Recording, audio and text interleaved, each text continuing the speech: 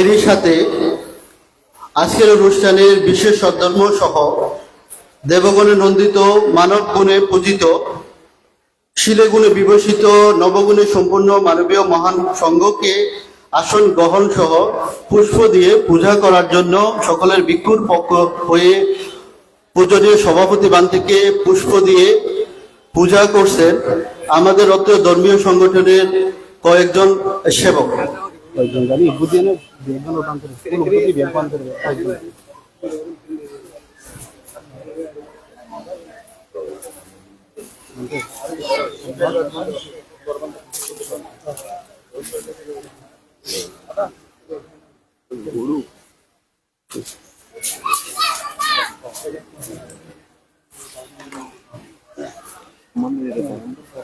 সাধু সাধু সাধু।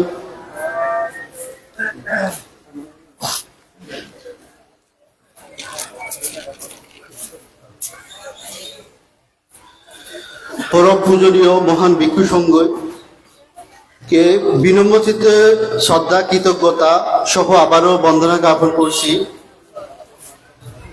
ধন্যবাদ সহ কৃতজ্ঞতা জ্ঞাপন করছি দূর দূরান্ত থেকে আগত পরম জ্ঞাতি নায়ক নায়িকা বিন্দু পরম জ্ঞাতিগণদের। এই পর্যায়ে অনুষ্ঠানের উদ্বোধনী ভাষণ প্রদান করার জন্য শ্রদ্ধাচিত্র সহ বন্দনা জ্ঞাপন করছি আজকের অনুষ্ঠানের সম্মানিত উদ্বোধক এম প্রজ্ঞা মিত্র তেরো মহোদয়। পূজনীয় ভান থেকে বন্দনা সহ নিবেদন করছি আজকের অনুষ্ঠানের উদ্বোধনীয় ভাষণ প্রদান করার জন্য।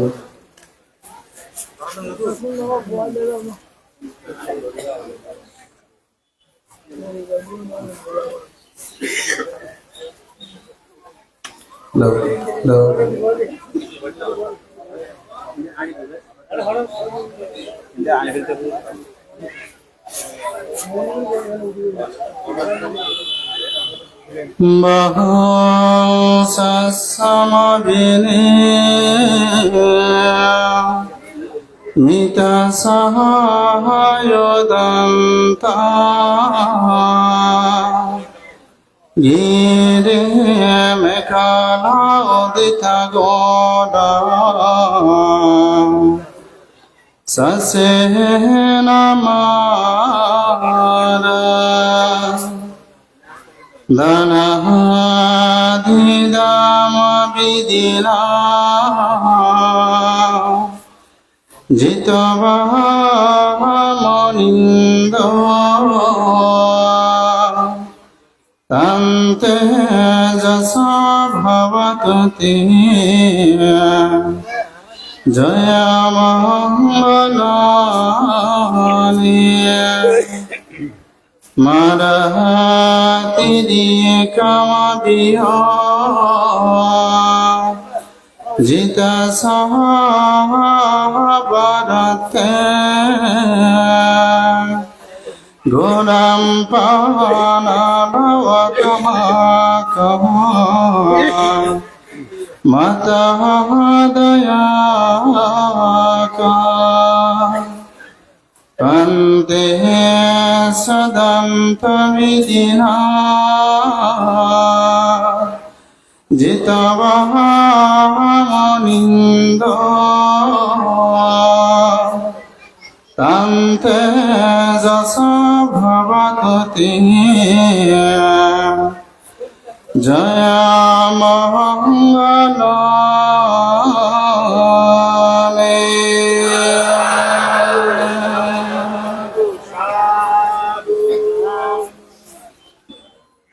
যার সর্বপ্রথম শতম্য দেশনা শুনে পঞ্চবর্গীয় ভিক্ষুদের মধ্যে অনবর অন্যান্য তথা 18 কোটি দেববানমার ধর্মযজ্ঞ করা হয়েছিল।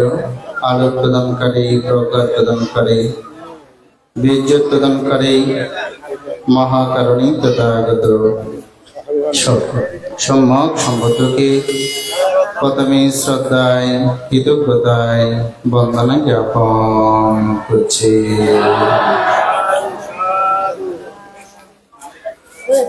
বান্দরবানস্থ পুণ্যতীর্থ স্থান লামারমুখ বনাশ্রম বৌদ্ধ বিহারে প্রতি বছরের ধারাবাহিকতা এবছরও দান শ্রেষ্ঠ দানোত্তম শুভ কঠিন শিবদান অনুষ্ঠিত হতে চলেছে। মহান পূর্ণম অনুষ্ঠানের যিনি সভাপতির আসন অলঙ্কৃত করেছেন ভারত বাংলার উপমহাদেশের প্রখ্যাত সংঘবনেশা বিদগ্ধ বৌদ্ধ পণ্ডিত সর্বোচ্চ সম্মান মায়োলা সরকার কর্তৃক সদ্ধর্ম জ্যোতিকা ধ্বজ উপাধিতে বিভূষিত বিশিষ্ট শিক্ষাবিদ শিক্ষা অনুরাগী মদীয় গুরুদেব পণ্ডিত সদ্ধর্মের বিশারদ বসুমিত্র মহাদেব ভান্তি গুরুভান্তির চরণে বিনম্র চিত্তে বন্দনা জ্ঞাপন করছি। আজকের এই মহান পূর্ণম অনুষ্ঠানের যিনি সকালবেলা সভাপতি এবং বিকাল বেলাও নির্ধারিত আশীর্বাদক আমাদের এতদা অঞ্চলের আশীর্বাদক বটবৃক্ষের মতন ছায়া দিয়ে আমাদেরকে রক্ষা করে চলেছেন। অনাথের নাথ অনেক সন্তানকে জেনে নিজ হস্তে দান হস্ত প্রসারিত করে মানুষ করেছেন। বিনয়শীল মৈত্রীর প্রদীপ পরম পূজ্য প্রজ্ঞাশ্রী মহাদেব ভান্তি আশীর্বাদকের আসন অলঙ্কৃত করেছেন। পরম পূজ্য ভান্তির প্রতি বিনম্র চিত্তে বন্দনা জ্ঞাপন করছি।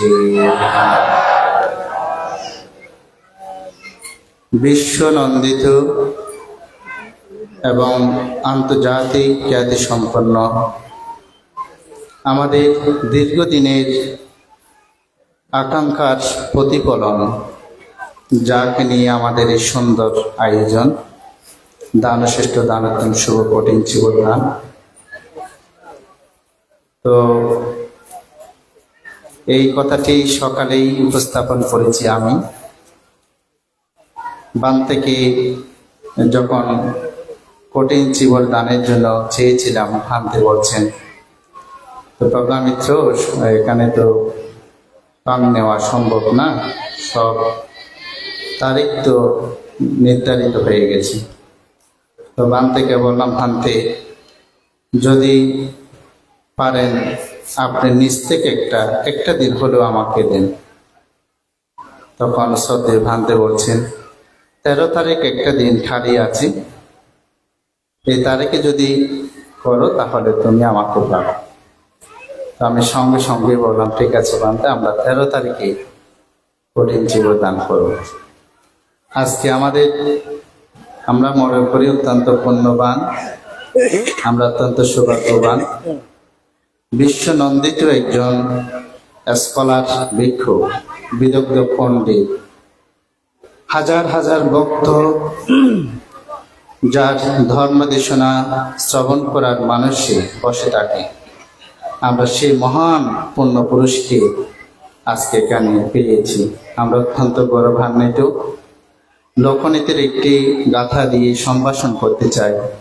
আমার গুরু ভান্তি প্রজ্ঞাশ্রী ভান্তি লোকজিৎ ভান্তি এভাবেই ছেলে ছেলে না মানিকাং গাজে গাজে না মূর্তিকাং বনে বনে না ছান্দানাং টানে টানে না পাণ্ডিতাং সকল হস্তির মস্তকে মুক্ত জোটে না, সকল বনের মধ্যে চন্দন গাছের উৎপন্ন হয় না, সকল স্থানে মহাপুরুষের আবির্ভাব মহাপুরুষের গমন হয় না। আজকে আমরা নামা গ্রামবাসী এত পুণ্যবান এত সৌভাগ্যবান সেই মহাপুণ্য পুরুষদেরকে আমরা লাভ করেছি। আজকের অনুষ্ঠানের প্রধান ধর্মদেশক শিক্ষা জীবন এবং ধর্ম দেশনার জগতে যার প্রেরণা আজকে আমার এই দীর্ঘ জীবনের এক অনন্য প্রদীপ্তমান একজন মহান সাংঘিক ব্যক্তিত্ব। আজকের অনুষ্ঠানের প্রধান ধর্মদেশক পরম শ্রদ্ধেয় লোকজিৎ মহাদেব ভান্তি ভান্তির প্রতি বিনম্র চিত্তে বন্দনা জ্ঞাপন করছি। আজকের অনুষ্ঠানের উপস্থিত সকালবেলা যিনি প্রধান ধর্মদেশক ছিলেন আর্য শ্রাবক মনোবান্তের প্রিয় শিষ্য প্রিয় ভাজন সাংকিচ্য তেরো মহোদয়, আজকের অনুষ্ঠানের মুখ্য ধর্ম আলোচক, তরুণ প্রজন্মের সৃজনশীল একজন ধর্মদেশক, এই আমার অনুজ প্রতিম ভ্রাতা সুদেশক শিলামিত্র স্থবির মহোদয়। আপনারা সকলেই জানেন আমরা 29শে সেপ্টেম্বর আমরা সেই মাকে হারিয়েছি।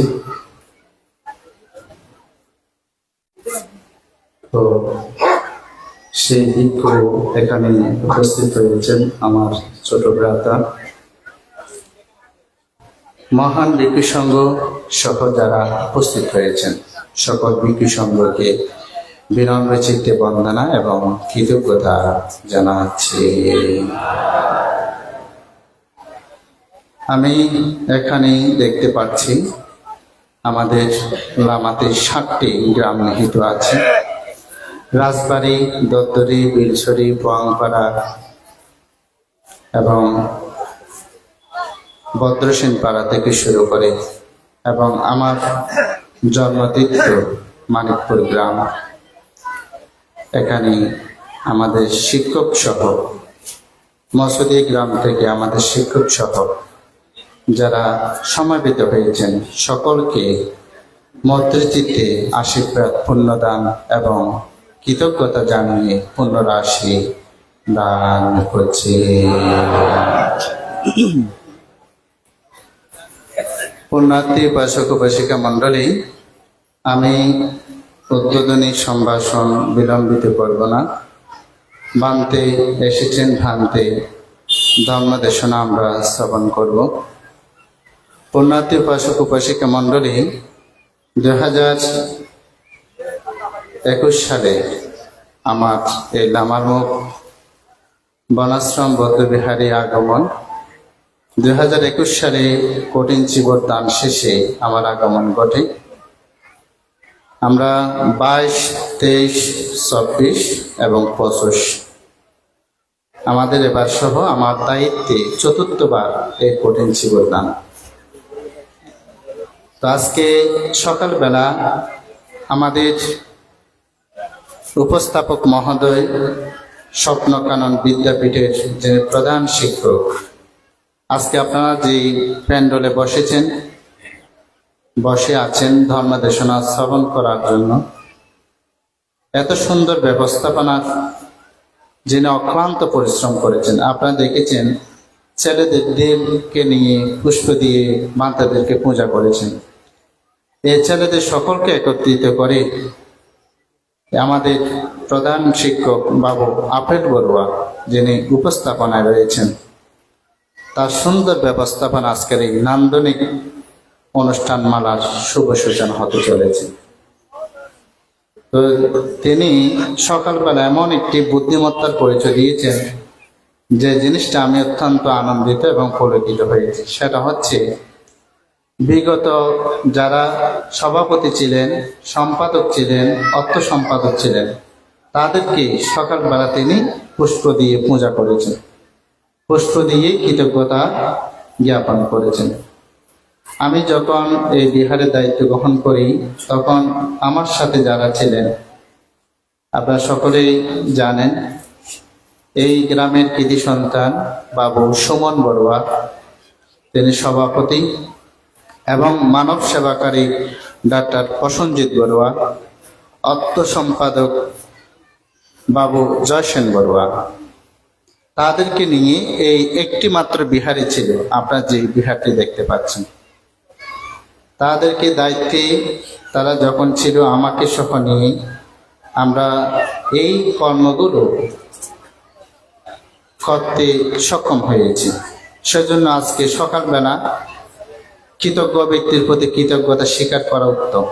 সেজন্য আজকে সঞ্চালক মহোদয়, যারা সভাপতি ছিলেন, সম্পাদক ছিলেন, অর্থ সম্পাদক ছিলেন, যাদের কারণে আমরা এত সুন্দর এই বিহারের নান্দনিকতা সৃষ্টি করতে পেরেছি, তাদেরকে পুষ্প দিয়ে আজকে সকালবেলা কৃতজ্ঞতা প্রকাশ করা হয়েছে।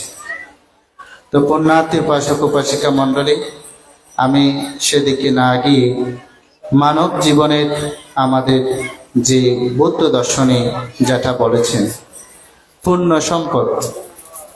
আজকে আপনারা কোথায় এসেছেন? কোথায় এসেছেন? আপনারা পূর্ণ বাজারে এসেছেন, পূর্ণ মেলাতে এসেছেন। এখান থেকে কিছু নিয়ে যাওয়া, নিয়ে গেলেই আপনার জীবনে ফরম পাতিয়ে হবে। সেজন্য সম্পদের কথা বলতে গিয়ে মানব জীবনে 4টি সম্পদের কথা বলেছেন। একটা হচ্ছে মানুষের জীবনে স্থাবর সম্পদ। স্থাবর সম্পদটা হচ্ছে কিরকম? টাকা পয়সা, ধন দৌলত, এগুলোকে বলেছেন স্থাবর সম্পদ। কিন্তু এই সম্পদ মানুষের জীবনে চিরস্থায়ী থাকে না, এখন আছে এখন নাই, এরকম। এটাকে বলেছেন, এগুলো হচ্ছে মানুষের জীবনে অস্থায়ী সম্পদ। এবং দ্বিতীয়ত বলেছেন মানুষের জীবনে অঙ্গ সম্পদ। দেখেন আপনারা যৌবনে কিরকম ছিলেন, যৌবনে কত খেতে পারতেন, কত পাহাড় বাইতে পারতেন, এখন কি পারেন? অর্থাৎ আস্তে ধীরে এই অঙ্গ সম্পদ মানুষের কি হয়? বিনষ্ট হয়ে যায়, ধ্বংস হয়ে যায়। আপনারা সকলে জানেন বৌদ্ধ সমকালীন সময়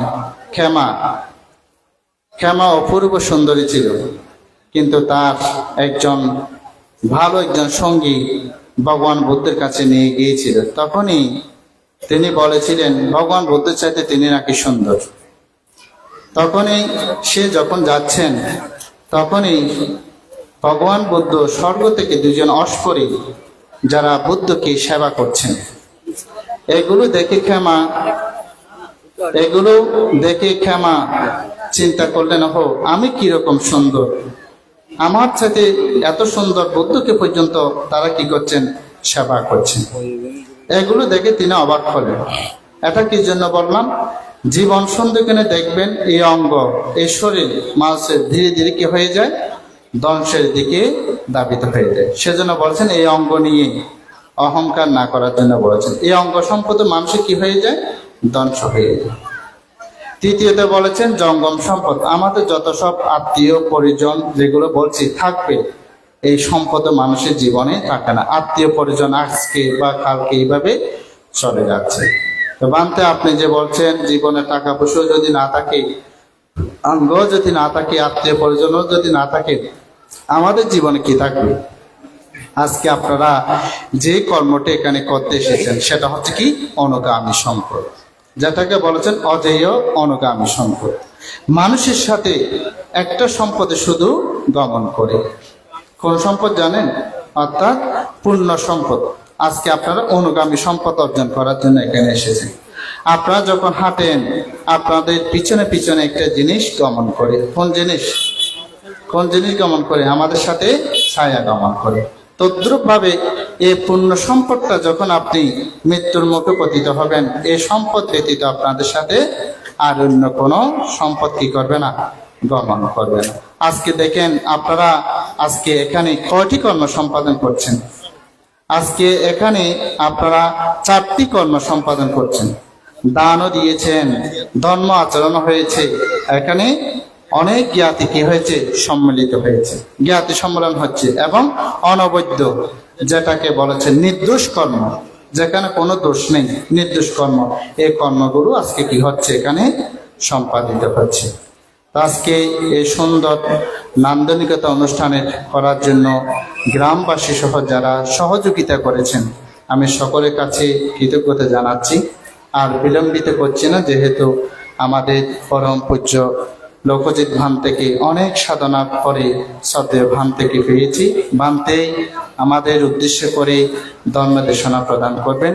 আমি আসলে সকলেই জানেন ধর্ম দেশনা করি, এটা কিন্তু আমার বিহারে আমি দেশনাটা প্রদান করার সমুচিত মনে না করে আমি উদ্বোধন সম্ভাষণ করে আপনাদের একটি কথাই বলবো, এসেছেন পুণ্য মেলাতে, কিছু পুণ্য আপনারা সাথে নিয়ে যাবেন, এটাই শুভকামনা করে, সকলের জয়মঙ্গল কামনা করে।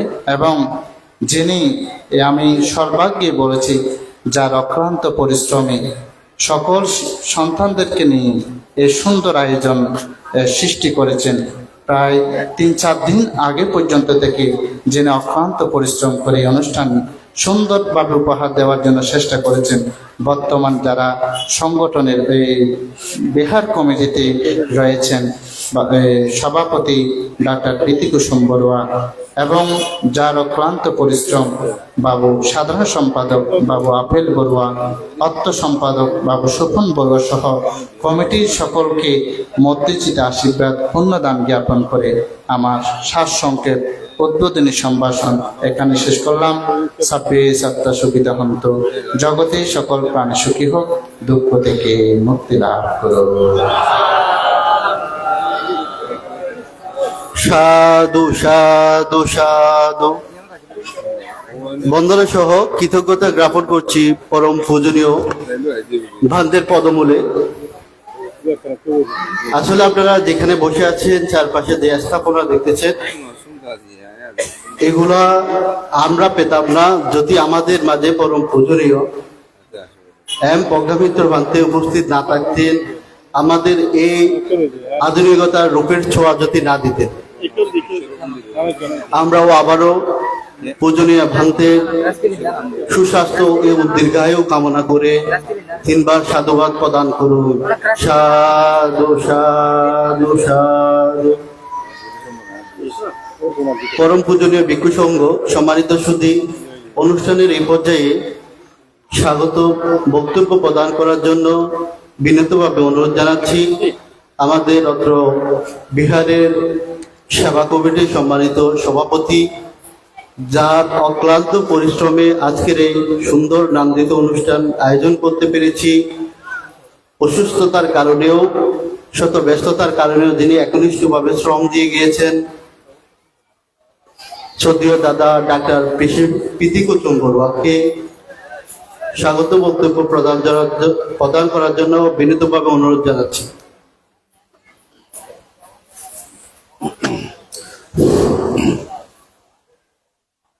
বন্দে তিরোতন। আজকের এই মহান দানযজ্ঞ লামারমুখ বনাশ্রম বৌদ্ধবিহারের অনেক দিনের আকাঙ্ক্ষিত আজকের এই দানোত্তম শুভ কঠিন জীবদানের সম্মানিত সভাপতি, যিনি মায়ানমার সরকার কর্তৃক সদম্য জ্যোতিকাদত্ত উপাধিতে ভূষিত হয়েছেন, অধ্যক্ষ সাকুরা সার্বজনীন তপবন বিহার, উপদেষ্টা বাংলাদেশ সংঘরাজ ভিক্ষু মহাসভা, পণ্ডিত বসুমিত্র মহাতের মহোদয়, আজকের যিনি আমাদের যিনি আশীর্বাদক হিসেবে আমাদের ধর্মাসন অলঙ্কৃত করেছেন, ভিক্ষু কুলগৌরব বিনয়শীল আমাদের এই পরম কল্যাণ মিত্র বদন্ত প্রজ্ঞাশ্রী মহাস্তবীর অধ্যক্ষ দদ্দরী সুনন্দ বৌদ্ধবিহার, আজকের যিনি প্রধান সধর্মদেশকের আসন অলঙ্কৃত করেছেন, আমাদের অনেক দিনের আকাঙ্ক্ষিত, যাকে আমরা কয়েকবার এখানে আনার জন্য অনেক চেষ্টা করে আমরা কিন্তু ব্যর্থ হয়েছি, আমরা সেই সময়টুকু আমরা পাই নাই। আজকে এই বছর শ্রদ্ধেয় ভান্তে আমাদেরকে আমাদের অত্র বিহারের এই মহাপরিচালক বদন্ত প্রজ্ঞামিত্র মহাতের বান্তের মাধ্যমে আমরা একটি ডেট পেয়েছি। সেই ডেট দিয়ে আমরা আজকে এই দান উদযাপন করছি। অনেক আশা দিয়ে আমরা আজকে এই বান থেকে পেয়েছি। হয়তো আমাদের অত্র এলাকার সকলের একটি ঐকান্তিক আশা ছিল, শ্রদ্ধা ছিল বান্তের প্রতি। বান্তের নাম শুনে সবাই অত্যন্ত আনন্দিত হয়েছে যে আমাদের মাঝে আজকে একজন বড় বান্তে আসবেন। তো এই জন্য যিনি আজকের এই ধর্মাসনের প্রধান সধর্মদেশক, সধর্ম কবি, ধর্মদূত বদন্ত এস লোকজিৎ মহাতেরো, অধ্যক্ষ চানগাঁও সাক্ষীমণি বিহার, প্রাক্তন মহাসচিব বাংলাদেশ সংঘরাজ ভিক্ষু মহাসভা। তো ওনাকে নিয়ে আমার এই প্রসঙ্গে একটি কথা বলতে হয়। শ্রদ্ধেয় বান্তে ফেসবুকে আমার যখন অসুস্থ অবস্থায়, আমি যখন হাসপাতালে মৃত্যুসজ্জায় থাইত, তখন বান্তে আমাকে দেখে, এই পোস্ট দেখে শ্রদ্ধেয় বান্তে আমার এখানে এই হাসপাতালে গিয়েছেন কষ্ট করে। গিয়ে উনি কয়েকটি সূত্র আমাকে আমাকে উদ্দেশ্য করে উনি সেখানে পাঠ করেছেন এবং আমাকে পঞ্চশীল দিয়েছেন এবং আশীর্বাদ করেছেন যে উপাসক আপনার কিছু হবে না। তখন সেদিন আমি বুঝতে পেরেছি আমি হয়তো আর মরবো না। তো সবদেবান থেকে আমি বলেছি, বলতে আপনার আশীর্বাদ আমি আর মৃত্যুবরণ করবো না। এতদিন কিন্তু আমি মৃত্যুর সাথে পাঞ্জা লড়েছিলাম। সেদিন বান্তের এই কথার উপরে বর্ষা করে আমি দৃঢ়তা চিন্তা করেছি আমার মৃত্যু হবে না। আমি খুব আশাবাদী। তখন সবদেবান থেকে বলছি, বান্তে আপনার আশীর্বাদ আমি আর মরবো না। বান্তে আপনি আমাকে আশীর্বাদ করেছেন, ওদের আপনার কি কোনো কিছু হবে না, আপনি ভালো হয়ে যাবেন। আসার সময় সবদেবান্তে আমাকে একটি খাম দিয়ে আশীর্বাদ হবে এই জিনিসটা আপনি নেন, আপনাকে আমি আশীর্বাদ করছি। তাই আমি মনে করছি এখানে হয়তো বান্তে কিছু আশীর্বাদ বা ইয়াতে বা কোনো কাগজপত্র থাকবে। বান্তে যাওয়ার পরে দেখি 10,000 টাকা আমাকে দিয়ে আসছেন বান্তে। তা আমি অত্যন্ত কৃতজ্ঞতার সাথে আজকে এই সবদেবান্তের করজোরে আমি বান্তের পাদপদ্মে বন্দনা জ্ঞাপন করছি, কৃতজ্ঞতা জানাচ্ছি। সবদেবান্ত আমার প্রতি এত সহানুভূতিশীল হয়েছেন, সেই জন্য আমি জন্ম জন্মান্তরে ওনার এই কৃতজ্ঞ, ওনার এই কথাটুকু আমি বলতে পারবো না। আজকে অনেক আশা করে আজকে আমাদের মান থেকে আমরা পেয়েছি, অত্যন্ত আনন্দিত হয়েছে, আমার মনটা ভরে গেছে। এখন যদি আমার মৃত্যু হয় আমার আর কোনো দুঃখ থাকবে না, সবদেবান থেকে আমাদের গ্রামে আনতে পেরেছি।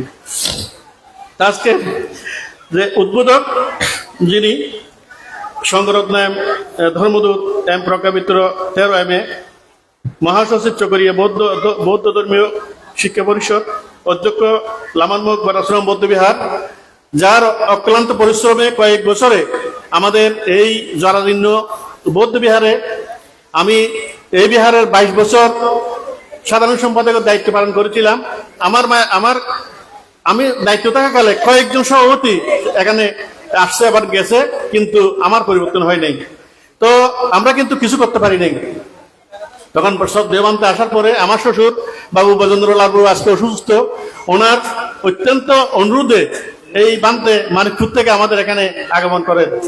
তো সবদেবান্তে আসার পর আমরা এখানে একটা এই যে সাইড ওয়াল দেখছেন আপনারা, এই সাইড ওয়ালটা প্রত্যেক বছর আমার শ্বশুর বাজ্যবাস কিনে এইটা প্রত্যেক বছর দিত, কিন্তু এটা দেখে সর্বপ্রথম উদ্যোগ নিয়েছেন এই আগে ওনার শিবরের টাকা দিয়ে আগে এই বাউন্ডারিটা করেছেন।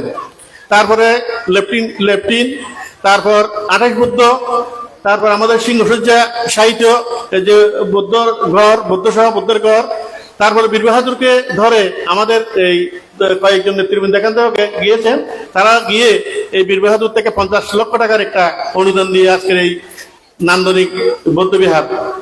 তো আমাদের এবং ইউনিয়ন পরিষদ থেকে এই মাতৃ বরাত করার জন্য আমরা সেখান থেকে একটা অনুদান পেয়েছি। তো ওনার অত্যন্ত অল্প সময়ে এই যে কর্ম প্রচেষ্টা এবং দৃঢ় মনোবল থাকার কারণে আমাদের কমিটিকে নিয়ে উনি এই নান্দনিকতা সৃষ্টি করেছেন এই বিহারে। তার জন্য এই বিহার কমিটির পক্ষ থেকে, অত্র সমাজের পক্ষ থেকে, দান কমিটির পক্ষ থেকে ওনাকে আমরা কৃতজ্ঞতা জানাচ্ছি এবং ওনাকে ওনার উত্তরোত্তর শ্রীবৃদ্ধি ও দীর্ঘায়ু কামনা করছি। আজকের আমাদের সুধী সজ্জন মন্ডলী, আমরা কালের বিবর্তনে আমরা অনেককে হারিয়েছি। এই যারা এই বিহারে তিলে তিলে তিলে তিলে এই বিহার গঠন করেছিলেন, আজকে অনেককে আমরা হারিয়ে ফেলেছি, হয়তো তাদেরকে আমরা আর পাবো না। তো আমরাও হয়তো আস্তে আস্তে আমরা চলে যাব, কিন্তু আজকের এই দিনে তাদেরকে আমাদের স্মরণ করছি। তো মনে পড়ছে যে তারা কি করছিল, কত কষ্ট করছিল এই সমাজ নিয়ে, এই বিহার নিয়ে, এটাকে উন্নয়ন করার জন্য। আজকে আস্তে আস্তে আমাদের সভ্যতা কৃষ্টি অনেক দূর এগিয়ে গেছে, কিন্তু আমাদের মন মানসিকতায় অনেকের ভিতরে এখনো সেই পরিবর্তনটুকু আসে নাই। তো আমি আশা করব প্রত্যেককে আমাদের সদ্ধর্ম যদি লালন করতে হয়, ধারণ করতে হয়, ধরে রাখতে হয়, তা আমাদের সবার একতা সর্বপ্রথমেই প্রয়োজন। আমি আজ বিশেষ কিছু আর বলবো না। আপনারা অনেক দূর দূরান্ত থেকে কষ্ট করে, শ্রদ্ধেয় বান্ধবরা অনেক কষ্ট করে আমাদের মাঝে এসেছেন। শ্রদ্ধেয় আজকের প্রধান ধর্মদেশিক মানতে গতকাল যখন আমরা ওনার সাথে মোবাইলে যোগাযোগ করতেছি, তখন উনি কুমিল্লাতে অবস্থান করতেছেন। তো তখন আমরা বলছি বানতে, শ্রদ্ধেয় বানতে আপনি কয়টা বাজে আমাদের এখানে আসবেন? তখন বলতেছেন আমি তো কুমিল্লা থেকে রাত্রে চলে আসবো, হয়তো কতক্ষণ আসে জানি না, এখন কয়টা বাজে যাইতে পারবো, হয়তো 7টা 8টা বাজে যেতে পারে। তো এত কষ্টের মাধ্যমে বানতে আমাদের কথা রাখার জন্য অনেক দূর থেকে এসেছেন, তার জন্য আমরা এই গ্রামবাসীর পক্ষ থেকে, উদযাপন কমিটির পক্ষ থেকে আমরা কৃতজ্ঞতা জানাচ্ছি। আরেকজন যিনি একদম বয়স সন্ধিক্ষণে যিনি আমাদেরকে শেষ দেওয়ার জন্য এসেছেন, উনি যখন গতকাল এসেছেন, আমি গাড়ি থেকে রাস্তায় ওনাকে আমার বাড়িতে নিয়ে গেছি শ্রদ্ধেয় বসুমিত্র মহাতের বান থেকে। তো আজকে সকালে যখন উনি চা খেয়ে আমি বিহার চলে যাবেন, তখন আমাকে আর আমার ওয়াইফকে ডাকার পরে ওটা আমি একটা শেষবার মতো ছবি তুলি, তখন আমার চোখ দিয়ে পানি চলে আসছে। এরকম অশীতি বর্ষপূর্ণ একজন ব্যক্তি, উনি বলতে পারলো যে আমি আমার কত শেষ দেখা এটা, এরকম বলছে। তো হয়তো আমরা আর এই বান্তকে পাবো না এরকম একজন প্রাজ্ঞ পণ্ডিত, আমাদের যে বিরক্ত একজন, যে ভারতীয় যে মায়ানমার সরকার কর্তৃক পর্যন্ত ওনাকে যেভাবে সধর্ম জ্যোতিকা ধ্বজ উপাধিতে ভূষিত করেছেন, ওনার অনেক কিছু গুণাগুণ যাচাই বাছাই করে, সেরকম একজন ব্যক্তি আজকে আমাদের এই মহান অনুষ্ঠানের সভাপতিত্ব করছেন। হয়তো আমরা শেষবারের মতো ওনাকে পেয়েছি। তো আমি আশা করবো উনি আরো 100 বছর আয়ু নিয়ে বেঁচে থাক, আমাদের জন্ম জন্মান্তরের পুণ্য রাশি ওনাকে দান করব, উনি দীর্ঘ জীবন লাভ করুক। তো পাশাপাশি আমাদের এই অত্র এলাকার যিনি বটবৃক্ষে ছায়া দিয়ে আমাদেরকে রক্ষা করেন, আমাদের শ্রদ্ধেয় বড়ভান্তে দদ্দরী সুনন্দ বৌদ্ধ বিহার অধিপতি, উনিও আমাদের মাঝে উপস্থিত। তো আজকে আপনারা একটু ধৈর্য ধরবেন, আমাদের এই অনুষ্ঠান অনেক সুন্দরভাবে আপনারা সদ্ধর্ম শ্রবণ করবেন। আমরা কোনো বক্তা এখানে রাখি নাই, শুধু আমরা সদ্ধর্ম শুনবো। আজকে আমরা আমাদের কল্পনাটা শুধু সেটা। তো যাক, আমি আর কিছু বলবো না, আপনাদের আমার সময় জ্ঞাপন করবো না। সবাইকে আবারও নতিপ্রীতি শুভেচ্ছা জ্ঞাপন করে আমি আমার আজকের এই স্বাগত ভাষণকারী সমাপ্তি করলাম। জগতের সকল প্রাণী সুখী হোক, সুখী হোক, সুখী হোক। সাধু সাধু।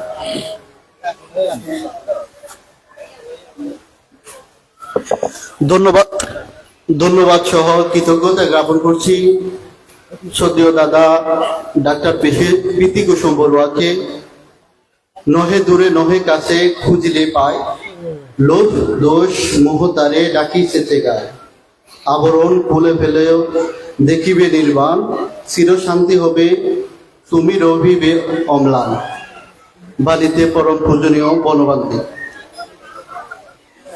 পরম পূজনীয় ভিক্ষু সংঘ সম্মানিত সুধী, আপনারা হয়তো জ্ঞাত আছেন, কিছুদিন আগে আমাদের পরম পূজনীয় এম প্রজ্ঞামিত্র ভান্তের মা কালগত হয়েছেন। দুই একটা কথা না বললে নয়, মাতৃসেবা কি জিনিস সেটা ভান্তিকে না দেখলে কখনো বোঝা যেত না। শত ব্যস্ততার মাঝেও সকল দায়ক দায়িকাতে সন্তুষ্ট করেও তিনি যেভাবে মায়ের সেবা করে গেছেন, বর্তমান যুগে এই সেবা অতুলনীয়। শত ব্যস্ততার মাঝেও তিনি এমন কিছু করে ফেলেছেন যেগুলা আমরা সম্মানিত না করে পাচ্ছি না। পরম পূজনীয় এম প্রজ্ঞামিত্র 13 জাতীয় বিশ্ববিদ্যালয়ের অধীনে চট্টগ্রাম কলেজ থেকে রাষ্ট্রবিজ্ঞান বিভাগ হতে MA স্নাতক ডিগ্রি অর্জন করায় লামামুখ বনাশ্রম বৌদ্ধবিহারের দায়ক দায়িকা ও গ্রামবাসীর পক্ষ থেকে পরম পূজনীয় বান্তিকে পুষ্পিত অভিনন্দন ও সম্মাননা স্মারক তুলে দিচ্ছেন শ্রদ্ধেয় মামা এবং বর্তমান বিহার সেবা কমিটির অর্থ সম্পাদক বাবু সুপন বড়ুয়া।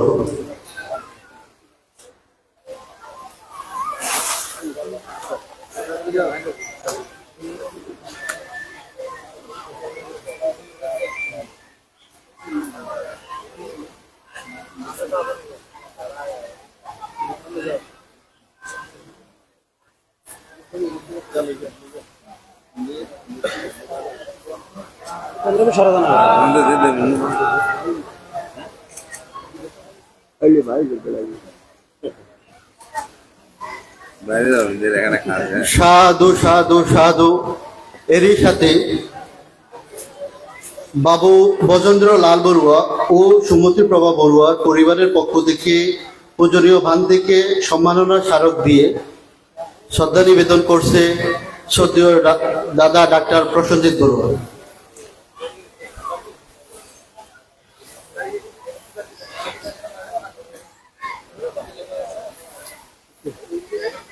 আর কোনো অতি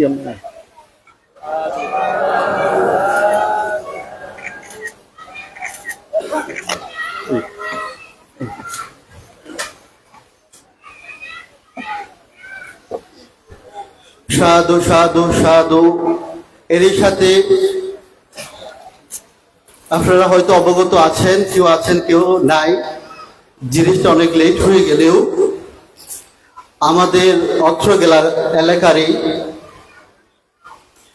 বিহারের বিগত সেবা কমিটির সম্মানিত সাধারণ সম্পাদক ডাক্তার দাদা প্রসেনজিৎ বড়ুয়ার সুযোগ্য কন্যা জাতির জনক বঙ্গবন্ধু শেখ মুজিবুর রহমান এর 101তম জন্মবার্ষিকী উপলক্ষে কলেজ পর্যায়ে রচনা প্রতিযোগিতায় অংশগ্রহণ করে বাংলাদেশ সরকারের মাননীয় প্রধানমন্ত্রী শেখ হাসিনার হাত থেকে অত্র এলাকার কৃতি সন্তান পুরস্কার গ্রহণ করেছেন। পূজনীয় বান্ধের পক্ষ থেকে সম্মাননা স্মারক ক্রেস্ট এবং পেস্টুন গ্রহণ করার জন্য বিনীতভাবে আহ্বান জানাচ্ছি তিথিলতা বড়ুয়াকে। পূজনীয়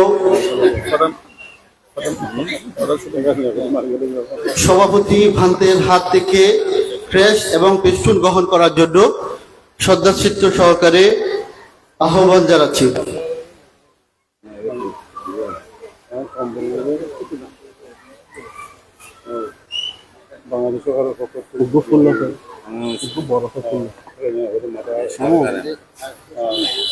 বাবুরে ফুল অনেক বাবুরে ফুল অনেক দিয়ে না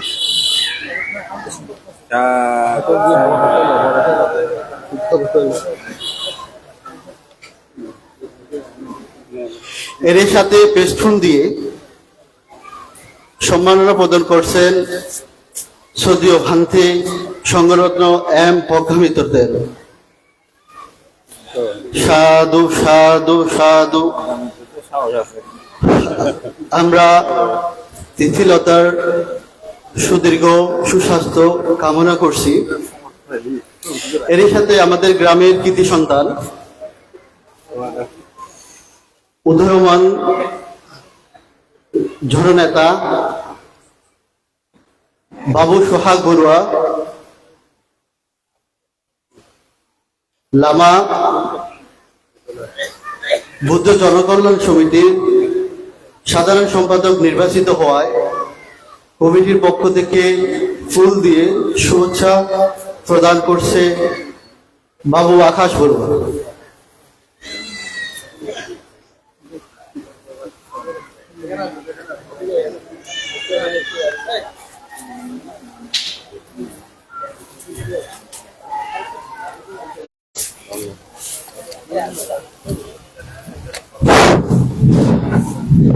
আমরা এখন শিলে প্রতিষ্ঠিত হব। সবাই দাম্মাঙ্গন্দামি শঙ্খাঙ্গন্দামি আহাঙ্গন্দামি সাব্বাদা শঙ্খবন্ধা ও কাশা শঙ্খাঙ্গন্দামি বান্তে দ্বারা তায়ানা কাতাং সাব্বাং অপরাধাং কেমাতুনু বান্তে সঙ্গ দ্বিতীয়াম প্রেয় কাশা শঙ্খাঙ্গন্দামি বান্তে দ্বারা তায়ানা কাতাং সাব্বাং অপরাধাং কেমাতুনু বান্তে সঙ্গ তাতিয়াম প্রেয় কাশা শঙ্খাঙ্গন্দামি বান্তে দ্বারা তায়ানা কাতাং সাব্বাং অপরাধাং কেমাতুনু বান্তে সঙ্গ বান্তে সংসার গান্তার দুঃখাত মোসারাতায় নিব্যানাং শাস্তি কারণাতায় কাম্মাঞ্চা কাম্মাং বিপাকাঞ্চা সাদায়িত্বা ও কাশা মায়াং বান্তে শিশারানা সাহা পৈশশীলাং দাম্মাং ইয়াসামা আনুকাং গাত্ত্বা শিলাম দেতানো বান্তে দ্বিতীয়াম্পে বান্তে সংসার গান্তার দুঃখাত মোসানাতায় নিব্যানাং শাস্তি কারণাতায় কাম্মাঞ্চা কাম্মাং বিপাকাঞ্চা সাদায়িত্বা ও কাশা মায়াং বান্তে শিশারানা সাহা পৈশশীলাং দাম্মাং ইয়াসামা আনুকাং গাত্ত্বা শিলাম দেতানো বান্তে তাচিয়াম্পে বান্তে সংসার গান্তার দুঃখাত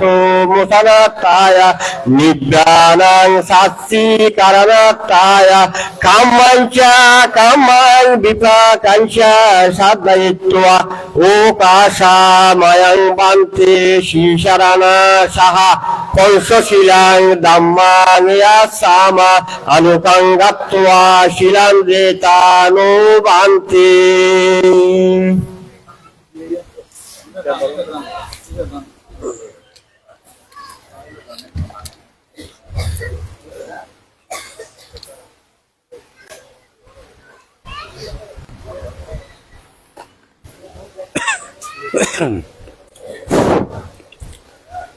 यामहं वदामि तं वदेता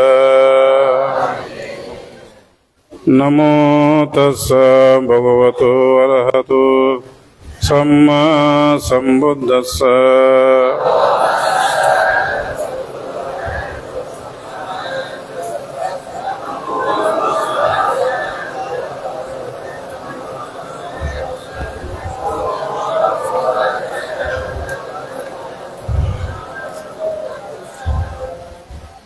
बुद्धं शरणं गच्छामि धम्मं शरणं गच्छामि संघं शरणं गच्छामि द्वितीयम्पि बुद्धं शरणं गच्छामि द्वितीयम्पि धम्मं शरणं गच्छामि द्वितीयम्पि संघं शरणं गच्छामि तृतीयम्पि बुद्धं शरणं गच्छामि तृतीयम्पि धम्मं शरणं गच्छामि तृतीयम्पि संघं शरणं गच्छामि शरणागमनं सम्पूर्णं अनादिपाता वीरमणि सिक्खापदं समादियामि अदिन्नदाना वीरमणि सिक्खापदं समादियामि आमेषु मिच्छाचार वीरमणि सिक्खापदं समादियामि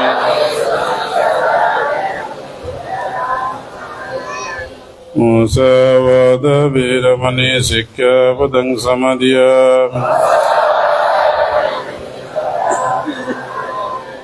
शूरमिरयमज्जपमदट्टाना वीरमणि सिक्खापदं समादियामि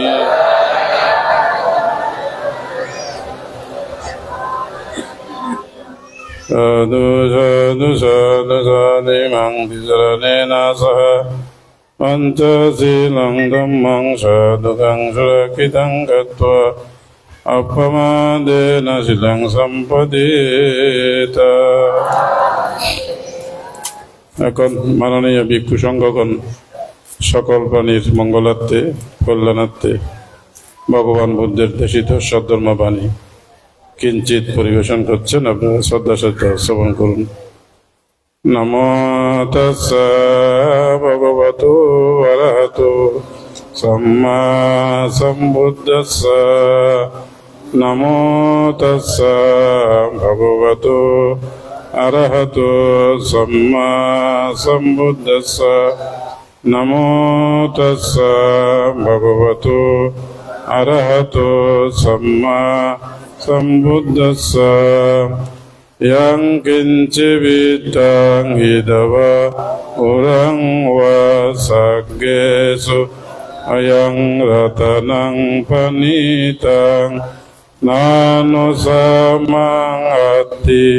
तथागतेन इदं विबुद्धे रतनं पनीतं एतेन यं रतनं पनीतं नानो समङ्गति तथागतेन इदं विसङ्गे रतनं पनीतं एतेन यो सुखे दीर्घायुको भव भवतो सर्वमङ्गल रक्षन्तु सर्वदेवता भवतु सर्वमङ्गल रक्षन्तु सर्वदेवता सर्वसङ्गानुभावना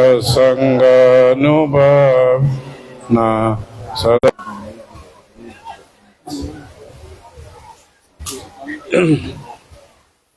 আপনারা এখন যেহেতু সীমাগর এখানে নেই, সেজন্য খালের মধ্যে গিয়ে অথবা অন্য কোনো সীমাগরে গিয়ে এটা সংগঠন কর্মবাচা পাঠ করে কঠিনোত্তর করবেন। সন্ধ্যার সময় হলে ভিক্ষু সংঘরা চলে যায়, এই জন্য কঠিন জীব দান করতে অসুবিধা হয়। এখন আপনারা ছেলেরা যারা আছেন, যুবকবৃন্দ অথবা মেয়েরা, আপনারা চিবর পরিক্রমা করলে খুব নীরবতার সাথে ভালো হবে বলে মনে করি। 2-3 মিনিটের মধ্যে আপনারা চিবরটা পরিক্রমা করবেন, তারপর উৎসর্গ হবে। চিবর পরিক্রমা করেন। কয়েকজন ছেলে কয়েকজন মেয়ে এসে আপনারা চিবর পরিক্রমা তাড়াতাড়ি করেন। হ্যাঁ, শেষ হয়ে না? আচ্ছা আচ্ছা। নিয়ে ফেলছে বান্ধব।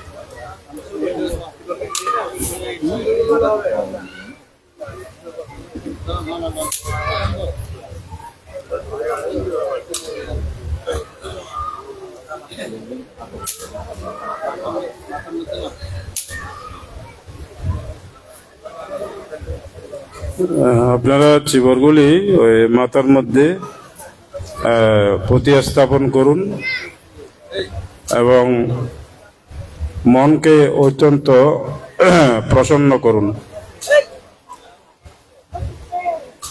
বৌদ্ধ শাসনে বা বৌদ্ধ ধর্মে সর্বশ্রেষ্ঠ কুশল কর্ম হচ্ছে মনকে প্রসন্ন করা। মনকে যে যত বেশি প্রসন্ন করতে পারবে তিনি তত বেশি লাভবান হবে। আমাদের মন অত্যন্ত চঞ্চল এবং অত্যন্ত বিক্ষিপ্ত। অসাধারণ মনের শক্তি। পৃথিবীতে যত বিজ্ঞানীরা যত শক্তি আবিষ্কার করুক না কেন, ওনারা স্বীকার করেছেন যে মনের উপরে আর কোনো অসাধারণ শক্তি নেই।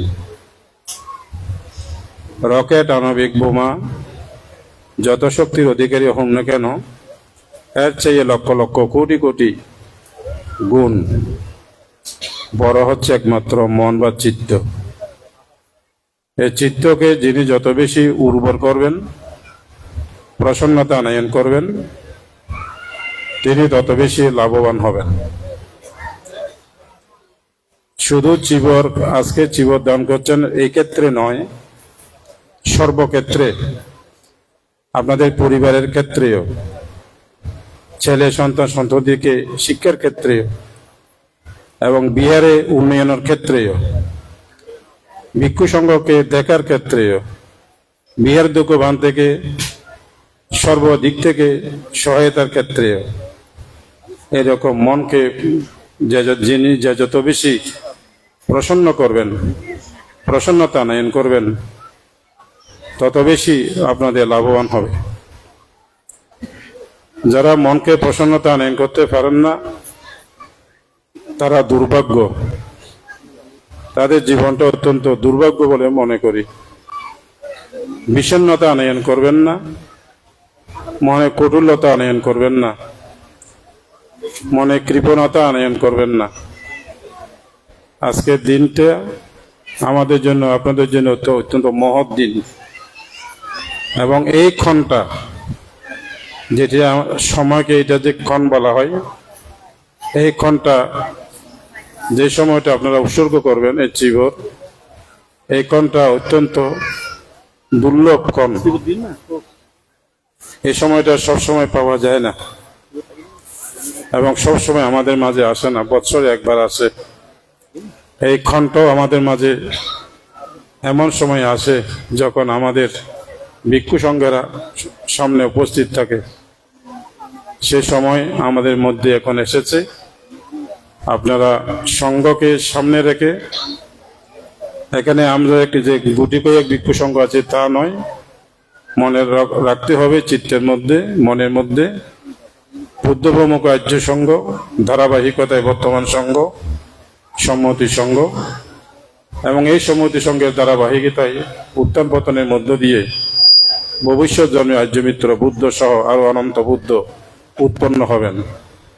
এদেরকেই শ্রদ্ধা করে, চিত্ত আনয়ন করে এই সংবিধান সম্পন্ন করেছেন, এবং এখন আপনারা সেই চিত্তকে প্রসন্নতা আনয়ন করে কঠিন জীবর দান, কঠিন জীবর আপনারা এখন উৎসর্গ করবেন।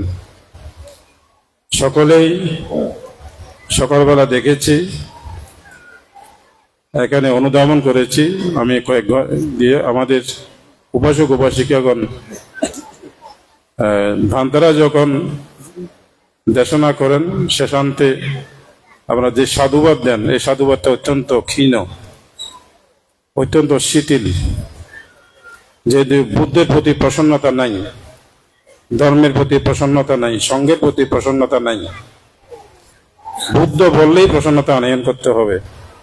বুদ্ধ বলার সাথে সাথেই মনকে প্রসন্নতা আনয়ন মানে করতে হবে। বুদ্ধ বলার সাথে সাথেই প্রসন্নতা আনয়ন করতে হবে। জানেন, প্রধানতম দেশের কথা বলবেন, আমি সারা জন্মান্তর ব্যাপী আমাদের দেবদত্ত বুদ্ধকে হত্যা করার জন্য চেষ্টা করেছিল। মদ খাওয়াইয়ে হস্তিকে তাকে হত্যা করার জন্য চেষ্টা করেছিল, এবং পাথর মানে করে পাথর দিয়ে তাকে ঘর্ষণ দিয়ে তাদের মেরে ফেলতে চেয়েছিল। এটা জানেন, ইতিহাসটা আপনারা সকলেই। শুধু সেই জন্মে নয়, অতীত অনন্ত জন্মেও তিনি বুদ্ধের সাথে শত্রুতামি করেছিল। পরিশেষে কি হয়েছে, যে তখন বিহারে তিনি যখন কর্মের ফল ভোগ করবেন জানতে পেরেছেন, এবং মাটির সাথে যখন পা ফেলেছেন যেতবন বিহারের সন্নিকটে, তখন নিচের থেকে আগুন যখন দগ্ধ দগ্ধ করে উঠছিল, অর্থাৎ অভিচিনরকে যখন মাটি ফাটল দিয়ে যাচ্ছিল, ঠিক সে সময়ে তিনি একমাত্র বুদ্ধকে স্মরণ করেছিলেন। বুদ্ধের শেষান্তে এই যখন অভিচিনরকে যাচ্ছিল, তখনই তিনি বুদ্ধাং শরণাং গাচ্ছামি এই বাক্যটি উচ্চারণ করেছিলেন। দেখুন, এই বুদ্ধাং শরণাং গাচ্ছামি বলার এই ফলস্বরূপ পুণ্যের প্রভাবে বুদ্ধ আনন্দকে বলেছিলেন, আনন্দ, এই দেবদত্ত জন্মান্তরে পাপ করলেও, মহাপাপ করলেও ক্ষীণ হয়ে ভবিষ্যৎ জন্মে সে এই বুদ্ধের শরণ গ্রহণ করার ফলে তিনি ভবিষ্যৎ উৎকট নামক প্রচ্ছক বুদ্ধ হয়ে জন্মধারণ করবে। তাই উপাসক উপাসিকাগণ আপনারা সেরকম বুদ্ধগুলি জন্ম ধারণ করে আপনারা মনে করবেন আমরা সৌভাগ্যবান, এই জন্মে আমরা মনুষ্য জন্ম লাভ করেছি, ভবিষ্যৎ জন্মে আমরা মনুষ্য জন্ম লাভ করতে হলে আমাদিগকে এই মনুষ্যত্ব অর্জন করার জন্য বুদ্ধের প্রতি, ধর্মের প্রতি, সঙ্গের প্রতি অচল অটল শ্রদ্ধা স্থাপন করতে হবে। নচেত আমরা আমাদের এই মনুষ্য জন্ম সার্থক হবে না। কাজেই আপনারা যারা এখানে এসেছেন, আমি আর কথা বলছি না, প্রধান ধর্মদেশক উনি বলবেন। সকলে বড় করে 3 বার নমো তাস্সা বলে বুদ্ধকে বন্দনা করুন।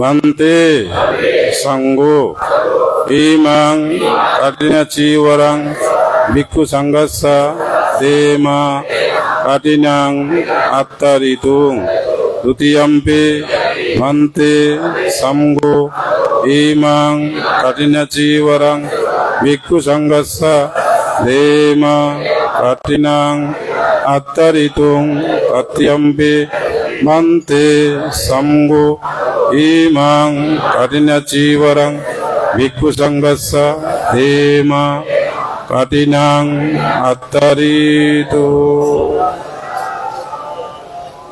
Imang Kapparukang Bhikkhu Sanghassa Dema Pujema Dutiyampe Imang Kapparukang Bhikkhu Sanghassa Dema Pujema Tatiyampe Imang Kapparukang Bhikkhu Sanghassa Danang Dema Pujema Sadhu Sadhu Sadhu।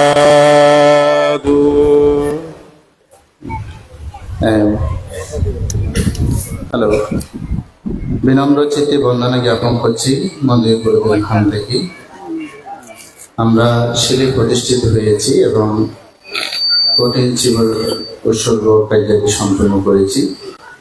আমরা যার জন্য আমরা আজকে এই সুন্দর আয়োজনে আমরা অপেক্ষামান, আমরা সরাসরি ভান্তের ধর্মদেশনায় শ্রবণ করব। তো আমরা ধর্মদেশনার মাধ্যমে সমগ্র বাংলাদেশে ধর্ম প্রচার করি, কিন্তু কীর্তনের মাধ্যমেও যারা বুদ্ধের গুণ কীর্তন করে আমরা একটু করে তাদের একটু করে সম্মানিত করতে চাই। আমাদের লামা উপজেলায় বৌদ্ধ কীর্তন চর্চা গবেষণা সংরক্ষণের নবনির্বাচিত সভাপতি, বড়ুয়া বুদ্ধ সমাজের অহংকার সমাজ সত্য নিবেদিত প্রাণ বাবু লেদুমোহন বড়ুয়া, ওনাকে পুষ্প দিয়ে শ্রদ্ধা নিবেদন করার জন্য মর্যাদা আহ্বান করছি। আমাদের লামার মুখ বানাশ্রম বৌদ্ধ বিহারের সুযোগ্য সাধারণ সম্পাদক শিক্ষক আপেল বড়ুয়া মহোদয়, আমাদের নবনির্বাচিত লামা উপজেলা বৌদ্ধ কীর্তন চর্চা পরিষদের সভাপতি বাবু লেদুমোহন বড়ুয়া। দেশনায় আমরা প্রচার করলেও বৌদ্ধ কীর্তনে যিনি প্রচার করে যাচ্ছে বাবু লেদুমোহন বড়ুয়া, সকলেই সমস্যরে সাধুবাদ প্রদান করবেন। সাধু সাধু সাধু। আপনারা সকলে অবগত আছেন, আমার মাতা পিতা মৃত্যুর পরে যিনি আমাদেরকে ছায়া দিয়ে যাচ্ছেন, আমার মেজ জেঠু এখানে উপস্থিত হয়েছেন বাবু যশোদা বড়ুয়া। আমার মেজ জেঠুকে পুষ্প দিয়ে শ্রদ্ধা নিবেদন করার জন্য মর্যাদা আহ্বান করছি।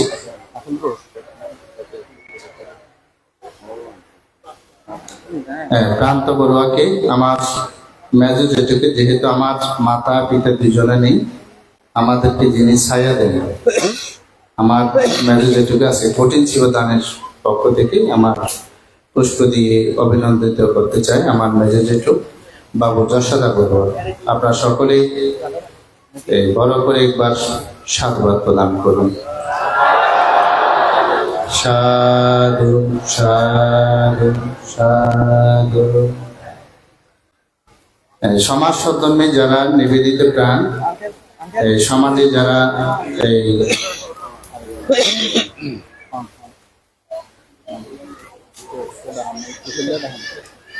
সমাজ সদ্ধর্মে যারা নিবেদিত, যারা সমাজের জন্য কাজ করেন, আমাদের ইউপি সদস্য বেলসরি গ্রামের কৃতি সন্তান বাবু মানিক বড়ুয়া, ওনাকে পুষ্প দিয়ে শ্রদ্ধা অভিনন্দন জ্ঞাপন করার জন্য মধ্যস্থিত আহ্বান করছি বাবু ত্রিশাল বড়ুয়া।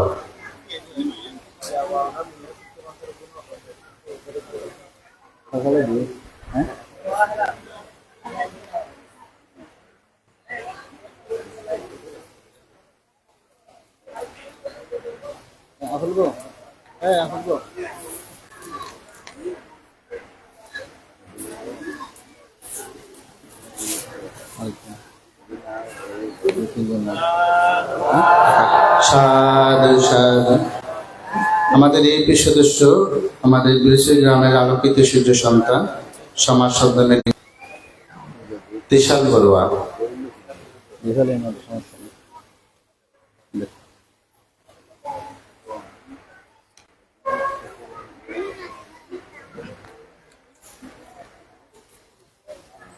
সাধু সাধু। সকলে অবগত আছেন পয়াতে সুমঙ্গল মহাদেব যিনি ব্রাতা সমাজ সদনের নিবেদিত প্রাণ বাবু রতন বড়ুয়া মহোদয়।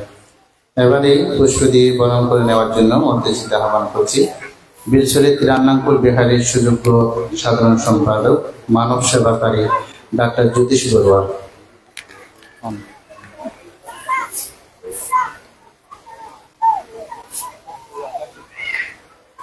আকাশ বড়ুয়াকে আহ্বান করছি মানব সেবাকারী ডাক্তার জ্যোতিষ বড়ুয়াকে পুষ্প দিয়ে বরণ করে নেওয়ার জন্য। সাধু সাধু সাধু।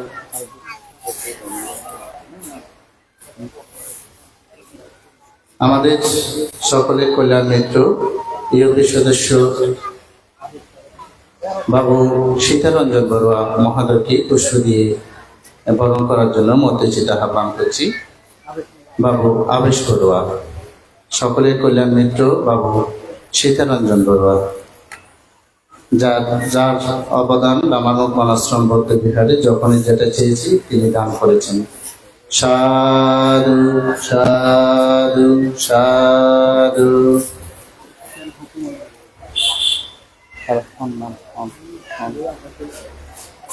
আমাদের রামানুক বনাশ্রম বৌদ্ধ বিহারের বিশিষ্ট ধর্মপ্রাণ ধার্মিক উপাসক ইউপি সদস্য বাবু স্নেহ কুমার বড়ুয়াকে পুষ্প দিয়ে বরণ করার জন্য মধ্যস্থিত আহ্বান করছি বাবু রিফন বড়ুয়া।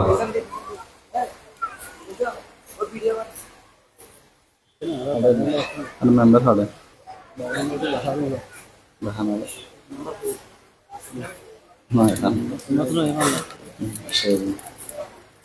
আমাদের মানব সেবাকারী আমার বৃক্ষ জীবনের মহান কল্যাণ মিত্র ডাক্তার উজ্জ্বল বড়ুয়া, ওনাকে পুষ্প দিয়ে বরণ করার জন্য মধ্যস্থিত আহ্বান করছি বাবু রিপন বড়ুয়া। তিনি একটা কথা বললে অবাক হবেন, এই বর্ষবাস চলাকালীন 3 মাস অবধি সঙ্গদান করেছেন। প্রায় 10-12টি সঙ্গদান তিনি সম্পাদন করেছেন। তার সুন্দর চেতনাকে সাধুবাদ জানাতে সকলে সাধুবাদ প্রদান করুন। সাধু সাধু সাধু। আমাদের মানিকপুরের অহংকার গর্বিত আলোকিত সূর্য সন্তান মানুষ গড়ার কারিগর শিক্ষক সুদেব বড়ুয়া মহোদয়কে পুষ্প দিয়ে বরণ করার জন্য মধ্যস্থিত আহ্বান করছি আমাদের শিক্ষক বাবু আপেল বড়ুয়া। আমাদের গ্রামের অহংকার শিক্ষক, আমাদের মাতৃভূমি মানিকপুরের অহংকার শিক্ষক সুদেব বড়ুয়া। সকলেই সাধুবাদ দিয়ে অনুমোদন করুন। সাধু সাধু সাধু। আমাদের প্রাণের সংগঠন লামা উপজেলা বৌদ্ধ কীর্তন চর্চা পরিষদের সুযোগ্য সহসভাপতি যার বক্তব্য উপস্থাপনা সাংগঠনিক আমাকে অত্যন্ত মুগ্ধ করে। রাজবাড়ী নালন্দা বন বিহারের সুযোগ্য সভাপতি আমার ভিক্ষু জীবন মহান সাধুবাদী অনুমোদন করুন।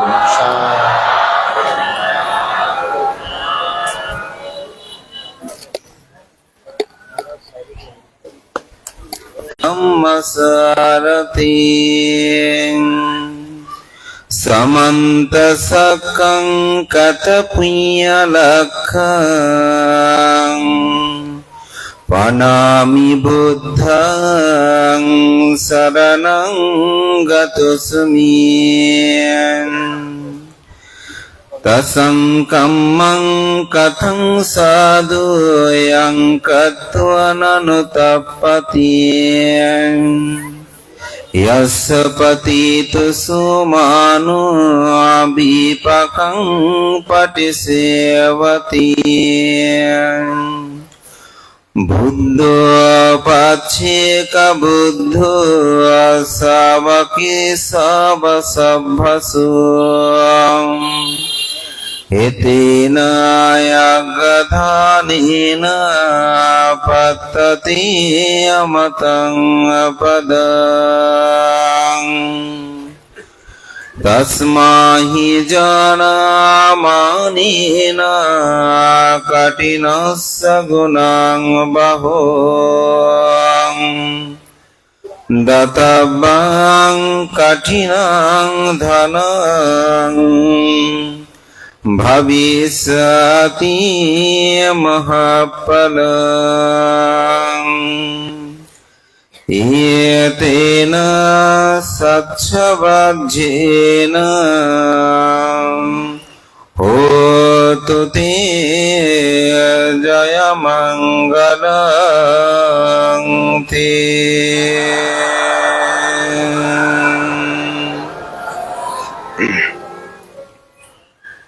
নৈসর্গের প্রকৃতির নীলাভূমি লামা মুখ বনাশ্রম বৌদ্ধ বিহারের দান উত্তম দান শ্রেষ্ঠ শুভ কঠিন জীবর দান সভার পরমারাধ্য মাননীয় সভাপতি বৌদ্ধ প্রতিরূপ দেশ মায়ানমার সরকার কর্তৃক সদ্ধর্ম জ্যোতিকা ধ্বজ উপাধিতে ভূষিত বাংলাদেশ সংরাজ ভিক্ষু মহাসভা কর্তৃক সদ্ধর্ম বিশারদ উপাধিতে ভূষিত বহু গ্রন্থ প্রণেতা বর্ষিয়ান সাংঘিক ব্যক্তিত্ব চন্দনাশ ভিক্ষু পরিষদের প্রধান উপদেষ্টা পটিয়া বলখেরিস্ত তপবন সাকুরা তপবন বৌদ্ধ বিহারের অধ্যক্ষ আমার পরম কল্যাণ মিত্র পরম শ্রদ্ধেয় পণ্ডিত বসুমিত্র মহাতের মহোদয় অনুষ্ঠানের আশীর্বাদক বিনয়শীল সাংঘিক ব্যক্তিত্ব অর্থ অঞ্চলের ধর্ম বিভাবক আমার পরম শ্রদ্ধেয় ভদন্ত প্রজ্ঞাশ্রী মহাতের মহোদয় আজকের অনুষ্ঠানে উপস্থিত মুখ্য আলোচক তরুণ ভিক্ষু সংঘের সম্মাননীয় ভিক্ষু ব্যক্তিত্ব প্রিয়ভাজন শিলমিত্র স্থবির উপস্থিত শ্রদ্ধেয় সাধারণানন্দ মহাতের বনভান্তের শিষ্য প্রমুখ মাননীয় মহান সংঘ সংঘের প্রতি বিনম্র চিত্তে শ্রদ্ধা ও বন্দনা নিবেদন করছি। আপনাদের সকলের প্রতি মৈত্রী চিত্তে পূর্ণদান আশীর্বাদ এবং যার বদন্যতায় আহ্বানে আজকে এখন উপস্থিত হয়েছে আপনাদের পক্ষ থেকে আজকের অনুষ্ঠানের উদ্বোধক আমাদের তরুণ ভিক্ষু সংঘের একজন সম্ভাবনাময়ী ভিক্ষু ব্যক্তিত্ব বর্তমানে যিনি বাংলাদেশের এপার থেকে ওপার গ্রাম নগর পরিভ্রমণে যিনি প্রতিনিয়ত স্বধর্ম প্রচারে ব্যপ্ত অত্র বিহারের যিনি অধ্যক্ষ প্রিয়ভাজন সুদেশক আয়ুষ্মান এম প্রজ্ঞামিত্র স্থবির এর কাছে তার শিষ্য প্রায় সময় অন্ধকারে রেখে এখনো কেন আমাকে আপনি আলোর সন্ধান দিচ্ছেন না?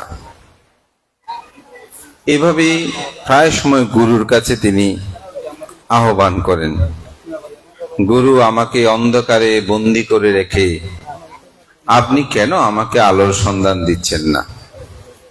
তো অন্ধকার বলতে কোনো রুমের মধ্যে নয়, অন্ধকারটা হচ্ছে ভিন্নতর।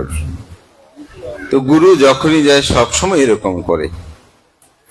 একদিন স্নান করতে গিয়েছে, ওখানেও গুরুকে বলছে, গুরু, আপনি আমাকে অন্ধকারে রেখে কেন আপনি আমাকে আলোর সন্ধান দিচ্ছেন না? এভাবে বারংবার আহ্বান করে। তো অনেক দিন, এটা একদিন দুদিন নয়, অনেক দিন এরকম করেছে। তো গুরু যখন স্নান করতে গিয়েছে ওখানে এই কথা বলছে, তো গুরু বলছে, এদিকে আসো, তোমাকে আমি আলোর সন্ধান দেব। তো ডেকে নিয়ে ওই নদীর যেখানে স্নান করতে সেখানে নিয়ে গেছে। তো গুরুর কাছেই যখন আসলো, গুরু কি করেছে, তার ঘাড় ধরে মাথাটা পানির মধ্যে চুপিয়ে ধরলো। এমন ভাবে চুপিয়ে ধরেছে, সেই চেষ্টা করছে কিন্তু কোনো ক্রমেই সে মাথা তুলতে পারছে না। পানি যদি চেপে ধরেছে সেখানেই তার নিঃশ্বাস একেবারে যেন বন্ধ হয়ে যাবে, মৃত্যুতে সে চটপট করছে, কিভাবে মাথাটা তুলবে। তো গুরু তার কতক্ষণ নিঃশ্বাস নিতে পারে তার একটা আনুমানিক ধারণা রেখেই মাথাটা আবার তুললেন। তখন সে অবাক হলো, সেও মনে মনে ভেবেছে, গুরু মনে হয় আমার কথায় খুব বিরক্ত হয়ে গেছে, এই বিরক্ত হয়ে আমাকে এই পানির মধ্যে চুপিয়ে ধরেছে। আর একটু যদি ব্যতিক্রম হতো তাহলে তো আমার মৃত্যুই হতো। গুরু যে কেন এরকম করেছে, এভাবেই সেই গুরুর প্রতি খুব কুপিত হলো, চিন্তিত হলো। বিহারে ফিরে আসলেন, তো গুরু জিজ্ঞাসা করছে তার শিষ্যকে, আমি যখন তোমাকে পানির মধ্যে চুপিয়ে রেখেছিলাম তখন তুমি কি চিন্তা করেছিলে? প্রভু, আমি কি চিন্তা করব? আমি কিভাবে মাথাটা সেই পানি থেকে উপরে তুলে একটু নিঃশ্বাস নেব, সেই প্রচেষ্টাটাই আমার মধ্যে ছিল। কেন, কি জন্য, ভবিষ্যৎ কি হবে, কালকে কি হবে, কোথায় আছি, কেমন আছি, আগে কি ছিলাম, এখন কেন দুঃখ পাচ্ছি, কষ্ট পাচ্ছি, এগুলো কোনো কিছু আমি চিন্তা করি নাই। আমি চিন্তা করেছি এই পানির মধ্যে এখন আমি কিভাবে মাথাটা তুলবো, কিভাবে নিঃশ্বাস নেব, সেটাই আমি চিন্তা করেছি। তো গুরু বলছে, ঠিক এই পৃথিবীতে জন্ম দুঃখ আছে, জরার দুঃখ আছে, ব্যাধির দুঃখ আছে, মরণের দুঃখ আছে, অপ্রিয় সংযোগের দুঃখ আছে, প্রিয় বিয়োগের দুঃখ আছে, যাহা চায় তাহা না পাবার দুঃখ আছে, সংক্ষেপে পঞ্চপাদান স্কন্ধের দুঃখ আছে। এই দুঃখগুলো তোমাকে কিভাবে তাড়িত করছে তুমি সেগুলোই আগে ভাবো। আমি বাড়ি চাই, ঘর চাই, অর্থ চাই, বৃত্ত চাই, সম্পদ চাই, আমি বহুকাল বেঁচে থাকবো, আমি পৃথিবীতে কখন আসলাম, পৃথিবী থেকে কখন চলে যাব, কখন আমার মৃত্যু হবে, আমার মৃত্যুর পরে কি হবে, এরূপ ভাবেই তুমি প্রতিনিয়ত ভাবিত থাকো। তুমি এরকম ভাবিত না থেকে জলের মধ্যে যখন তুমি শুধু চিন্তা করো আমি কিভাবে এখান থেকে মাথাটা তুলে শ্বাস নেব, বাঁচবো, এই চিন্তা করেছো, ঠিক অনুরূপ ভাবে তুমি কিভাবে মুক্তি পাবে, কিভাবে ওই অন্ধকার থেকে আলোর পথে যাবে, সে সাধনাই তুমি কায়ে কায়ানুদর্শী হও, চিত্তে চিত্তানুদর্শী হও, ধর্মে ধর্মানুদর্শী হও, বেদনা বেদানুদর্শী হও। তুমি প্রতিনিয়ত কুশল কর্ম সম্পাদন করো, প্রতিটি পদক্ষেপ তুমি কেন নিচ্ছ সেটা জানো, তোমার প্রতিটি শ্বাস প্রশ্বাস তুমি কেন গ্রহণ করছো, কেন ফেলছো, সেটাকে তুমি অনুধাবন করো। বলুন তো আমরা কেউ কি করি? আমার শ্বাসটা কিভাবে নিচ্ছি, শ্বাসটা কিভাবে ফেলছি, কখনো নিয়েছেন? হয়তো তারা একবার হলো ধ্যানে বসেছেন, 5 মিনিট হলো তারা নিয়েছেন, আমি কেন? কিন্তু যখন আমরা বসে আছি তখন ভাবছি আমি আরো অর্থ চাই, আমি আরো বৃত্ত চাই, আমি আরো সম্পদ চাই, আমি স্ত্রী চাই, আমি স্বামী চাই, আমি পুত্র চাই, আমি কন্যা চাই। এগুলো নিয়ে আমরা ভাবছি কেন? কারণ লোভদেশ মোহ আবরণে। মানুষ যখন এইসব আবরণে আবৃত হয় তখনই মানুষ অকুশল কর্ম সম্পাদন করে। অর্থাৎ আপনি যখন শুধু মুক্তির কথাই ভাববেন তখন আপনি আর খাওয়া দাওয়ার কথা চিন্তা করবেন না, অর্থবিত্তের কথা ভাববেন না। কিন্তু ওই যে পানিতে চুপিয়ে রেখেছে সে তখন তো আর ভাবে নাই আমার ভবিষ্যৎ কি হবে, কেমন হবে। তার চেতনাই ছিল যে আমি কিভাবে শ্বাসটা নেব, কিভাবে আমি মাথাটা তুলে শ্বাস গ্রহণ করব, আমাকে বাঁচতে হবে এই চিন্তায়। ঠিক একজন জ্ঞানী প্রজ্ঞাবান ব্যক্তিও অনুরূপ ভাবে তিনি চিন্তা করেন আমি তো জন্মগ্রহণ করেছি, এই যে জন্মগ্রহণ করলাম এই জন্মকে আমি কিভাবে সার্থক করব, কিভাবে আমি মুক্তি লাভ করব। এই চেতনায় মানুষের জীবনটাকে সুন্দর করতে হয়। এই গল্পটা মূলত গুরু তাকে বুঝাতে চেয়েছেন যে তুমি এইদিক সেদিক যেরকম চিন্তা করো এগুলো চিন্তা করো না, তুমি আগেই তোমার নিজেকে অনুধাবন করো, নিজেকে উপলব্ধি করো। এভাবে তাকে কর্মস্থান দিল এবং দেখা গেল সে বুঝতে পেরেছে আসলে আমাকে কি করতে হবে এবং সেও মুক্তি মার্গেই উপনীত হলো। ধর্মপ্রাণ প্রিয় উপাসক উপাসিকা বিন্দু, আমরা যারা আজকে এখানে আছি আমাদেরও ঠিক সেরকম চিন্তা করতে হবে। কিরকম? স্ত্রীর কর্তব্য, পুত্রের কর্তব্য, স্বামীর কর্তব্য। আমরা কত ধরনের কর্তব্যের কথা ভাবি না? আসলে কি তারা আমাদের জন্য কিছু করে? আপনি স্ত্রীর জন্য আজীবন করলেন, বলুন তো বেশিরভাগ ক্ষেত্রে 99% বলবে যে আমার স্বামী আমার জন্য কি করেছে, ঠিক না? আবার স্ত্রীও আজীবন করলো স্বামীর জন্য, বলছে তুমি আমার জন্য কি করেছো, আমার জীবনটা বরবাদ করেছে। ছেলে মেয়ে যাদের জন্য সব কিছু করেন সে ছেলে মেয়েও বলে যে আমার জন্য কি করেছো, যে আমি তো সবকিছু করেছি, ঠিক না? দেখেন এই পৃথিবীটাই হচ্ছে এরকম, আপনি যতই অপরের জন্য করেন কিন্তু কাউকে দিয়ে আপনি সন্তুষ্টি করতে পারবেন না। আপনি যতই করবেন একটু যদি ব্যতিক্রম হয় দেখবেন যে সব তিনি ভুলে গেছেন, যতই আপনি করেন। তো এই জন্য একটা খুব সুন্দর গল্প আছে। এক ব্যক্তি, উনি একটু ভিখারি, তিনি অনেকগুলো চাল ডাল মানে সংগ্রহ করেছেন। তো সংগ্রহ করে এগুলো নিয়ে যাবেন। হঠাৎ এক মানে ডাকাত প্রকৃতির চোরের সাথে ওনার দেখা। তো দেখা হওয়াতে ভিখারির চাল ডাল যেগুলো আছে ওগুলো সব নিয়ে চলে যাচ্ছেন। তো উনি বলছেন, ভাই আমি অনেক কষ্ট করে এই চাল ডাল গুলো সংগ্রহ করেছি, মানুষের ঘরে ঘরে গিয়ে তুমি ভাই এভাবে নিয়ে যাচ্ছ, ঠিক আছে তুমি অল্প করে নিয়ে যাও, আমাকে আমার জন্য কিছু দাও। তো বলছেন আমার স্ত্রী আছে, আমার পুত্র আছে, আমার কন্যা আছে, তাদের জন্য লাগবে, আমি এগুলো সব আমার প্রয়োজন আজকে। তখন ওই ভিখারি বলছেন, আচ্ছা ঠিক আছে তুমি এগুলো নিয়ে যাও, তবে আমার একটা শর্ত আছে। বলছে কি শর্ত? বলছে তুমি যে আমার কাছ থেকে এই দ্রব্যগুলো হরণ করে নিয়ে যাচ্ছ, ডাকাতি করে নিয়ে যাচ্ছ, তোমার কি পাপ হচ্ছে না? বলছে হ্যাঁ অবশ্যই পাপ হচ্ছে। তো তুমি শুধু নিজের জন্য পাপ করছো তা না, তোমার স্ত্রীর জন্য করতেছো, তোমার পুত্রের জন্য করতেছো, তোমার মেয়ের জন্য কন্যার জন্য তুমি করছো। ওরা কি তোমার এই পাপের ভাগগুলো নেবে? তার মাথায় হঠাৎ চিন্তা আসলো, কথা তো ঠিক, বলছে আমি এখানে বসে আছি, আপনি এগুলো নিয়ে যান, যদি তারা ভাগ নেবে বলে তাহলে আমার কাছে আর আসার দরকার নাই, আর যদি তারা ভাগ না নেয় তাহলে আমার কাছে এসে একটু বলবেন।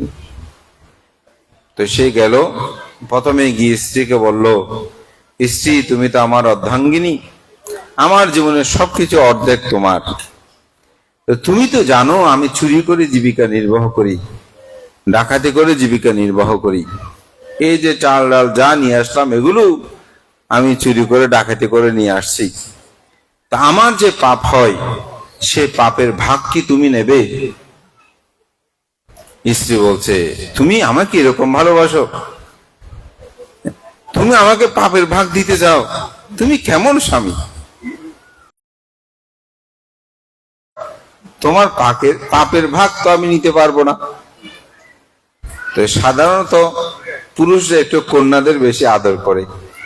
তখন মেয়েটাকে ডাকলো, দেখে বলছে, মা তুমি তো আমার সবচেয়ে আদর, এই ঘরের মধ্যে যে 3 জন মানুষ আছে তার চেয়ে সবচেয়ে বেশি তোমাকে ভালোবাসি, তোমার আবদার আমি সবসময় রক্ষা করে চলি। তুমি তো জানো আমি যে চুরি করি। বলছে, হ্যাঁ বাবা জানি,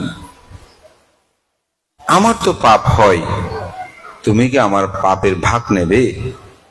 বলছে, বাবা তুমি কি আমাকে এরকম ভালোবাসো? তোমার ভালোবাসা তো প্রশ্নবিদ্ধ। তুমি যদি এই পরিবার আমাকে সবচেয়ে বেশি ভালোবাসো, তাহলে তুমি কেন আমাকে কষ্ট দিতে চাও? তুমি কেন আমাকে পাপের ভাগ দিতে চাও? আমি তোমার কোনো পাপের ভাগ নিতে পারবো না।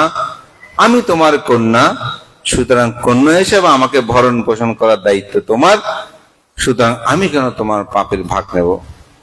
সর্বশেষ আশ্রয় পুত্র। পুত্রকে ডাকলো, হে পুত্র, আমার এই জায়গা সম্পদ যা আছে, অর্থবিত্ত যা আছে, সবকিছুর উত্তরাধিকারী তো তুমি। আমি মৃত্যুবরণ করলে এগুলো সব তুমিই পাবে, তুমি আমার উত্তরাধিকারী। সুতরাং তুমি তো জানো আমি পাপ করি, চুরি করে ডাকাতি করি। হ্যাঁ বাবা জানি। আমি যে পাপ করি সে পাপের ভাগ কি তুমি নেবে? বলছে, বাবা এটা একটা তুমি কথা বললে, তোমার উত্তরাধিকারী, তোমার বংশমর্যাদা সবকিছু আমি রক্ষা করব, আর তুমি আমাকে পাপের ভাগ দিতে যাচ্ছ? না বাবা, আমি তোমার পাপের ভাগ নিতে পারবো না। তখন এই চোর প্রকৃতির ডাকাত নিরাশ হলেন। ওই বৃক্ষতলেই যে ভিখারিটা বসা ছিল, চাল ডালগুলো নিয়ে গিয়ে তার কাছে দিয়ে দিল। বলে যে, হ্যাঁ আপনি ঠিক বলেছেন, আমি যে পাপ কর্মগুলো সম্পাদন করছি এই পাপের ভাগ তারা কেউ নিতে চায় না, সবাই শুধু পুণ্যের ভাগ বা আমার ভরণ পোষণটা নিতে চায়। ধর্মপ্রাণ প্রিয় উপাসক উপাসিকা বিন্দু, পাপের ভাগও আসলে কাউকে দেওয়া যায় না, তবে পুণ্য দেওয়া যায়। একটা অসাধারণ বিষয়, পাপ দেওয়া যায় না কিন্তু পুণ্যটা ট্রান্সফার করা যায়। তো সেজন্য পাপটা বেশি ভারী কঠিন, পুণ্যটা হচ্ছে সহজ। কিন্তু আমরা সহজটাকে কঠিন করি, কঠিনটাকে সহজ করি। আমাদের শ্রদ্ধেয় ভান্তে বলেছেন, আপনারা জোরে সাধুবাদ দেন। কেন জানেন? ওই পুণ্যটা নেওয়ার জন্য। যতই আপনি কারো ভালো কাজে সাধুবাদ দেবেন, অনুমোদন করবেন, তত পুণ্য আপনার প্রবৃদ্ধি হবে। আবার পাপের ক্ষেত্রে সাধুবাদ দিলে পাপও বৃদ্ধি হয়। তবে পাপ কখনো ট্রান্সফার করা যায় না, দেওয়া যায় না, কিন্তু পুণ্যটা অপরকে সেটা প্রদান করা যায়। সেই জন্য মানুষের জীবন হচ্ছে, আপনি যে কর্মটা সম্পাদন করবেন, মনে রাখবেন কারো জন্য কোনো সময় পাপ কর্ম করবেন না, পুণ্য কর্মগুলো সম্পাদন করবেন, নিজের জীবনকে নিজে উপলব্ধি করবেন। একজন আমাকে বলছে, ভান্তে আমার স্বামী তিনি কচ্ছপ খেতে ইচ্ছে করেছেন। তো কচ্ছপ হত্যাটা কিন্তু খুব অমানবিক। আমি যেটা শুনলাম, আমি কখনো দেখি নাই, জন্মান্তরেও নির্বাণ অবধি আমি দেখতে চাই না, তবে শুনেছি এটা নাকি খুব টাটকা গরম পানিতে ওখানে একেবারে জীবন্ত অবস্থায় সেখানে ফেলে দেওয়া হয়, চিপে ধরে। তা আমাকে বলছে, ভান্তে আমি যে এরকম করেছি এটার দ্বারা আমার কি পাপ হবে? তা আমি বললাম, অবশ্যই পাপ হবে। উনি খুব অনুশোচনা করছেন, হয়তো ধর্মজ্ঞানটা তার মধ্যে এখন উৎপন্ন হয়েছে। তো বলে যে, ভান্তে এখন কি করব? তাই আমি ওনাকে বললাম, এখন থেকে আপনি আর কোনো পাপকর্ম করবেন না, প্রাণী হত্যা করবেন না, ওই কথাটা বারবার আপনি স্মরণ করবেন না। টয়লেটে ময়লা ত্যাগ করলে কাঠি দিয়ে এগুলো কেউ নড়াচড়া করে না। কাঠি দিয়ে নড়াচড়া করে সে পাগল অথবা মস্তিষ্ক বিকৃত মানুষ। তো আপনি এগুলো নিয়ে চিন্তা না করে আপনি প্রতিনিয়ত কুশল করেন, যেটা করেন সেটা বাদ, তবে এই কর্মটা আপনি আর করবেন না, এবং এই পাপ কর্মের ফল আপনিও ভোগ করবেন। বলতে আমার স্বামী করবে, আমাদের সেহেতু সে আপনাকে বাধ্য করেছে, করার জন্য নির্দেশ দিয়েছে, তাকে এই কর্মের বিপাক ভোগ করতে হবে। এই যে অনেক সময় পুত্র কন্যা আমাদের মৃত্যু ঘটে, স্বামী স্ত্রী দুজনের ক্রন্দন হয়, এই একই সাথে কর্মগুলো সম্পাদিত হওয়ার কারণে। তো আমি এই কথাটা এখানে বুঝাতে যাচ্ছি, কেউ কারো কোনো নিয়ন্ত্রক নয়, আমি আমার নিয়ন্ত্রক। আমি আমার পুণ্য কর্মগুলো আমাকেই করতে হবে।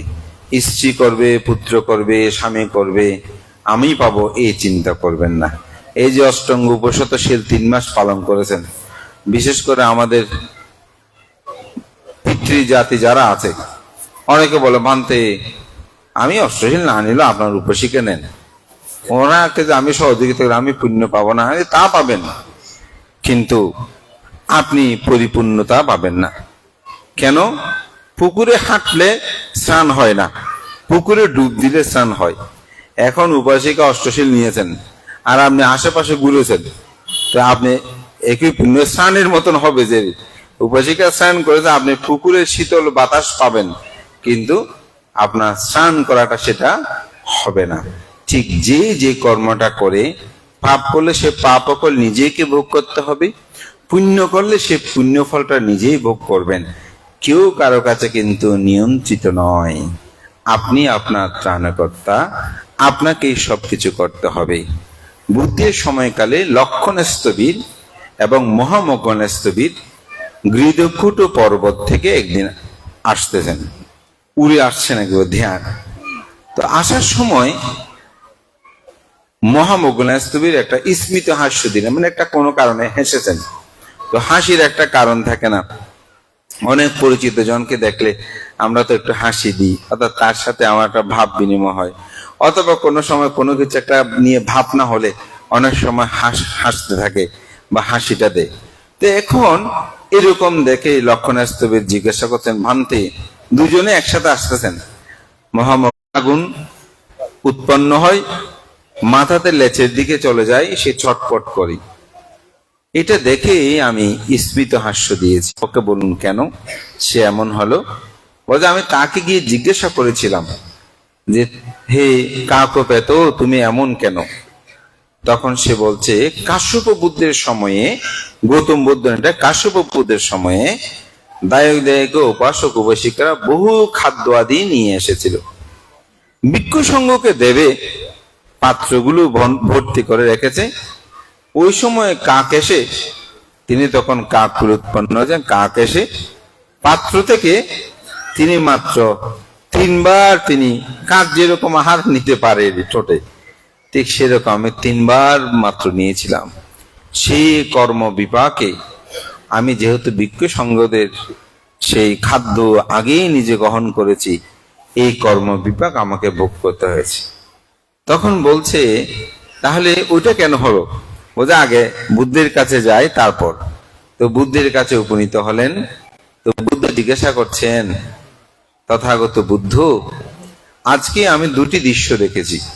তখন কাকের দৃশ্যটা তিনি বললেন, আমি কাকের কাছে গিয়ে কাকপেতের কাছে এটা চেয়েছি।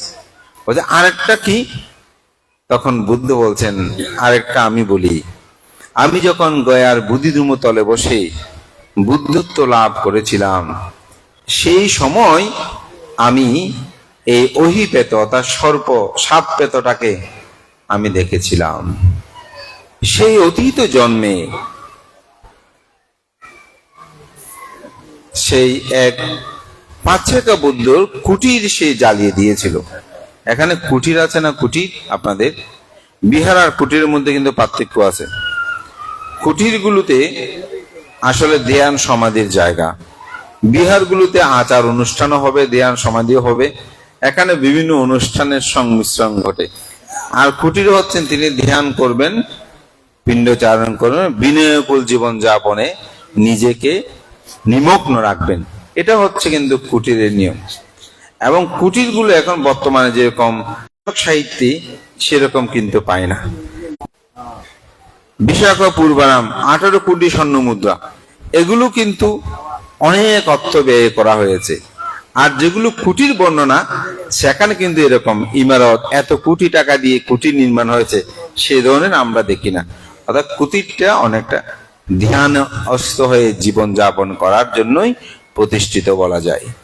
তো যে এই ওহি যিনি প্রেত হয়েছেন, তখন তিনি মনুষ্যগুলো জন্মগ্রহণ করেছেন। তো তিনি চাষ করেছেন। কুটিরে যাওয়ার সময় আইলগুলোতে মানুষ যে খাদ্য দিতে যেত, পিণ্ডদান করতে যেত, আইলগুলো চ্যাপ্টা হয়ে যেত। এবং ছোট আইল তো, বেশি মানুষ গেলে তার জমিতে যেগুলো চারা রোপণ করেছিল সেগুলো মাঝে মধ্যে নষ্ট হয়ে যেত। তো সে খুব বিরক্ত হলো, কারণ ভান থেকে কোনো কিছু বলতে পারছে না, মানুষ কেউ বলতে পারছে না। তখন সে নিজে নিজে চিন্তা করছে, যদি আমি কুটিরটা জ্বালিয়ে দিই, উনি যদি এখানে না থাকে তাহলে আর কেউ আসবেও না, আমার ধান গাছগুলো নষ্ট হবে না। একদিন তিনি যখন কুটির থেকে বের হয়ে অন্যত্র কোনো কাজে গিয়েছেন, সে গিয়ে কি করেছে, আগুন জ্বালিয়ে দিয়েছে এবং পুরো কুটিরটা ভেঙে চুরে আগুন দিয়ে ওখানে সে জ্বালিয়ে দিল। কিন্তু ভিক্ষুটা যখন ফিরে আসে দেখে যে কুটিরটা জ্বালিয়ে দিয়েছে, তখন ভিক্ষুটা আর কিছু না বলে সেখান থেকে সে অন্যত্র চলে গেল। উপাসক উপাসিকারা এসে দেখলো যে কুটির পড়ে গেছে, ভাঙতেও নাই। তখন তারা বুঝতে পারলো এবং এটা সেই যে জ্বালিয়ে দিয়েছে এটা পরবর্তীতে প্রকাশিত হয়েছে। বুদ্ধ বলছেন, এই কর্ম বিপাকের কারণে সে বহু জন্ম পর্যন্ত এই 50 গাভূত উজ্জুত পরিমত, এটা বিশাল তার দেহ অবয়ব নিয়ে এই দুঃখ যন্ত্রণা সেই ভোগ করছে। আমি এটাই বলছি, মানুষ যখন পাপ কর্ম করে সে পাপ কর্মের ফল তাকে ভোগ করতে হয়। এটা অন্য আর কেউ নয়, নিজেকে সেটা ভোগ করতে হবে। এই জন্য বুদ্ধ 10টি অকুশলের কথা বলেছেন। এটাকে বলা হয় 10 অকুশল কর্ম। 10 অকুশল কর্ম কি? 10 অকুশল কর্ম হচ্ছে, প্রথম হচ্ছে প্রাণী হত্যা। এই প্রাণী হত্যা হচ্ছে প্রথম অকুশল কর্ম। চুরি করা, যে আমরা অপরের দ্রব্যগুলো হরণ করে চুরি করে, বেবিচারে নিজের স্ত্রী নিজের স্বামী ব্যতীত অন্যের সাথে মিথ্যা কামাচারে লিপ্ত হওয়া, সব মিথ্যা কথা। মিথ্যা কথা মানে সত্যকে অসত্য, অসত্যকে সত্য বলা। অনেক সময় এরকম মিথ্যা সাক্ষী দেয় না, মানুষ সাক্ষী দেয়। এই মিথ্যা সাক্ষীর এমন এটা জ্বলন্ত অনেক প্রমাণ আছে। এ ধরনের অনেক প্রমাণ আছে মানুষের যে মিথ্যা সাক্ষী। ভেদকথা, ভেদকথা কি? একজনের কথা একজনকে বলে তাদের মধ্যে ভেদ সৃষ্টি করা। ওর কথা ওকে বলছে, আরেকজনের কথা আরেকজনকে বলছে, এরকম বলে না, বলে ভেদ সৃষ্টি করে দেওয়া। অথচ কেউ কিছু করে বলছে না, তোমাকেও মুখ এমন করেছে। আপনারা জানেন বীর্য জাতির কথা তো জানেন, বুড়োদের উৎপত্তি নিয়ে 2টা সূত্র আছে, অর্থাৎ 2টা বিষয় আছে। তার মধ্যে একটি বলছে যে বীর্য জাতি বর্জি, তখন বর্জি ছিল না, নাম শুনেছেন। বুদ্ধ বলছেন সপ্ত অপরিহানীয় ধর্ম, যে যতদিন পর্যন্ত বীর্যিগণ এই সপ্ত অপরিহানীয় ধর্ম পালন করবে ততদিন তাদেরকে কেউ পরাস্ত করতে পারবে না। তো রাজা বারবার যুদ্ধ করে যখন পরাস্ত হচ্ছিল, তখন পরে তিনি বুঝতে পারলেন বর্জিদের মধ্যে যতদিন একতা থাকবে, ওনাদের 7টা ধর্ম ছিল, তারা একসাথে সভা সমিতিতে বসতো, একসাথে সিদ্ধান্ত গ্রহণ করত, একসাথে সিদ্ধান্তগুলো প্রতিপালন করত। আমাদের আছে, যেদিন কমিটি গঠন হবে সেদিন প্রতিটি বাড়ি থেকে আসবে, পারলে আরো 2-4টা নিয়ে আসবে। কমিটি গঠন হলো, এসেই করে, তারপর মিটিং হলো, শপথ গ্রহণ অনুষ্ঠানে অর্ধেক কমে যাবে। তারপর কমিটির কার্যক্রম শুরু হলো, দেখবেন 8-9 জন হয়ে গেছে। তারপর 2-1 বছর যাওয়ার পর সভাপতি, সম্পাদক, অর্থ সচিব ছাড়া, বিহার অধ্যক্ষ ছাড়া আর কাউকে পাওয়া যায় না, ওই পদক। কিন্তু বীরজিরা ছিল একসাথে সিদ্ধান্ত গ্রহণ করত, একসাথে সিদ্ধান্তগুলো নিত, প্রতিপালন করত, একসাথে কার্য সম্পাদন করত। তারা বয়োজ্যেষ্ঠদের প্রতি সম্মান রাখত, শ্রদ্ধা করত। কুলকুমারী যারা নারীদেরকে অপমান অপদস্থ করতো না। এখন আমাদের নারীরা নিরাপদ আছে? রাস্তা দিয়ে হেঁটে যেতে, অমুক করতে সমুক করতে, নিরাপত্তার অভাব। যে এই জাতি কিভাবে উন্নত হবে? তো নারীদের, কুলকুমারীদেরকে যারা শ্রদ্ধা করে, তাদের যত পুরনো চৈত্যগুলো সংস্কার করে, যেমন এখানে যে বিহার আছে, প্রতিটি বিহার এগুলো যথাযথভাবে সংস্কার করা। তারপর অরহৎ ভিক্ষু সংঘ আসলে তাদেরকে যথার্থ পূজা করা। তো এখন তো অরহৎ বলে কোনো কথা, এই যে ভিক্ষু সংঘ আসলো, আমরা আসলাম, আপনারা পূজার সংঘকে আপনারা যে পূজা করছেন, ওদের যতদিন এবং পুরনো নিয়ম নীতিগুলো যদি সেটা অকল্যাণ হয়, তাহলে তাকে বর্জন না করা। যদি অকল্যাণ হয় তাকে বর্জন করা, যেটা কল্যাণকর তা রক্ষা করা। যেমন অনেক সময় আমাদের কিছু পুরনো নিয়ম আছে যেগুলোতে আপনার কোনো ক্ষতি নেই, এগুলো এখন উচ্ছেদ করতে চাই। যেমন ধর্ম পূজা, একটা বাংলাদেশের সংস্কার উৎপন্ন হলো। কি সংস্কার? সমাজ সংস্কার। এই সমাজ সংস্কার কি করলো যে ধর্ম পূজা দেওয়ার কোনো দরকার নাই, যেটা আপনার আজকে পুরোহিত বলেন, পুরোহিত বললে বেশি চিনি, ধর্ম পূজার কোনো দরকার নেই, এটা উচ্ছেদ করা শুরু করে দিল। বলুন তো, যখন আমাদের মাতৃজাতিরা এই কঠিন চিবর দানগুলোতে ধর্ম পূজাটা মাথায় নিয়ে বুদ্ধ কীর্তন সহকারে যখন তারা গ্রাম প্রদক্ষিণ করে সবাই লান ধরে আসে, কেমন লাগে? কত সুন্দর না? দেখতে তো একটা পূর্ণ চেতনা মানুষের মধ্যে জাগ্রত হয়। এই পুরনো যে একটা প্রথা, এটার উপর আঘাত করলো না, এগুলো কোনো দরকার নাই। ব্রাহ্মণ্যবাদ, ব্রাহ্মণরা ভাত খায় বলে কি আমরাও ভাত খাবো না? খেলে কি ব্রাহ্মণবাদ হয়ে যাবে নাকি? যেমন অনেকে প্রশ্ন করে, বান্ধব শাঁখা সিন্দুর এগুলো হিন্দুদের। শাঁখা সিন্দুর কোনো হিন্দুদের নয়। শাঁখা সিন্দুর হচ্ছে ভারতীয় সংস্কৃতি। এক একটা দেশের কিছু সংস্কৃতি থাকে, এগুলো মানুষ ধর্ম থেকে আলাদাভাবে মানুষ প্রতিপালন করে। আপনি থাইল্যান্ডের মানুষকে টিপ দিতে দেখেছেন? ওখানে তো সবাই বুদ্ধ, ঠিক না? আপনি শ্রীলঙ্কাতে দেখেছেন, ওরা বুদ্ধ। বার্মাতে দেখেছেন? এগুলো ভারতীয় সংস্কৃতি, ভারতের সাথে এটা দীর্ঘদিন একটি ওতপ্রোতভাবে সম্পর্ক বিদ্যমান। সবকিছুকে ধর্মের মধ্যে নিয়ে আসে, বিভাজন করাটা তো ঠিক নয়। ওটা হিন্দুরা করে বলে আমরা করবো না, মুসলিমরা করে বলে আমরা করবো না, এই ধরনের হতে পারে না। ধর্মটা হচ্ছে নিজস্ব আলাদা ব্যাপার, আর কিছু সংস্কৃতি থাকে। যেমন আমাদের এখন কিছু ছেলে মেয়ে আছে, বিশেষ করে ছেলেরা প্রচুর দাড়ি টাড়ি রাখে, এটা নিয়ে তো অনেক কিছু। আমাদের বয়োবৃদ্ধ বান্তেরা অনেক সময় ওনাদেরকে ভর্ৎসনা করে, আর ওরও অনেক সময় পালিয়ে পালিয়ে থাকে। হ্যাঁ, বান্ধে কি বলবে না কি বলবে। এখন এটা বের হয়েছে, কিছু করার নাই। আপনি যদি ওটার জন্য ওদেরকে বকাঝকা করেন, এখন আপনি বরঞ্চ ওরা আরো দূরে দূরে যাবে। তো ধর্মটা তো দাড়ির মধ্যে নয়, ধর্মটা কি পোশাকের মধ্যে না। আমার এখন একটা কথা মনে পড়ে, ইন্দোনেশিয়ার প্রেসিডেন্ট মেঘবতী সুকর্ণা, উনি বাংলাদেশে এসেছিলেন। উনি যখন চলে যাবেন, সাংবাদিকরা তাকে প্রশ্ন করছে। তো একজন সাংবাদিক প্রশ্ন করেছে যে, তো বলে যে আপনি তো মুসলিম, কিন্তু আপনি ওনাদের এটা মানে হাঁটুর উপর পর্যন্ত ফাঁকা রেখে ওনারা যে পোশাকটা পরে, এটা কি পোশাক আমি ভুলে গেছি, তো বলে যে আপনি এই ধরনের পোশাক কেন পরিধান করেছেন?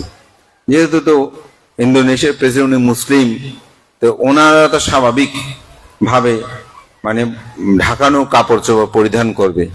তো ওনাকে প্রশ্ন করছে, আমাদের এখনো মনে ইনকলাবের একজন সাংবাদিক, বলে যে আপনি এরকম পোশাক কেন পরিধান করেছেন?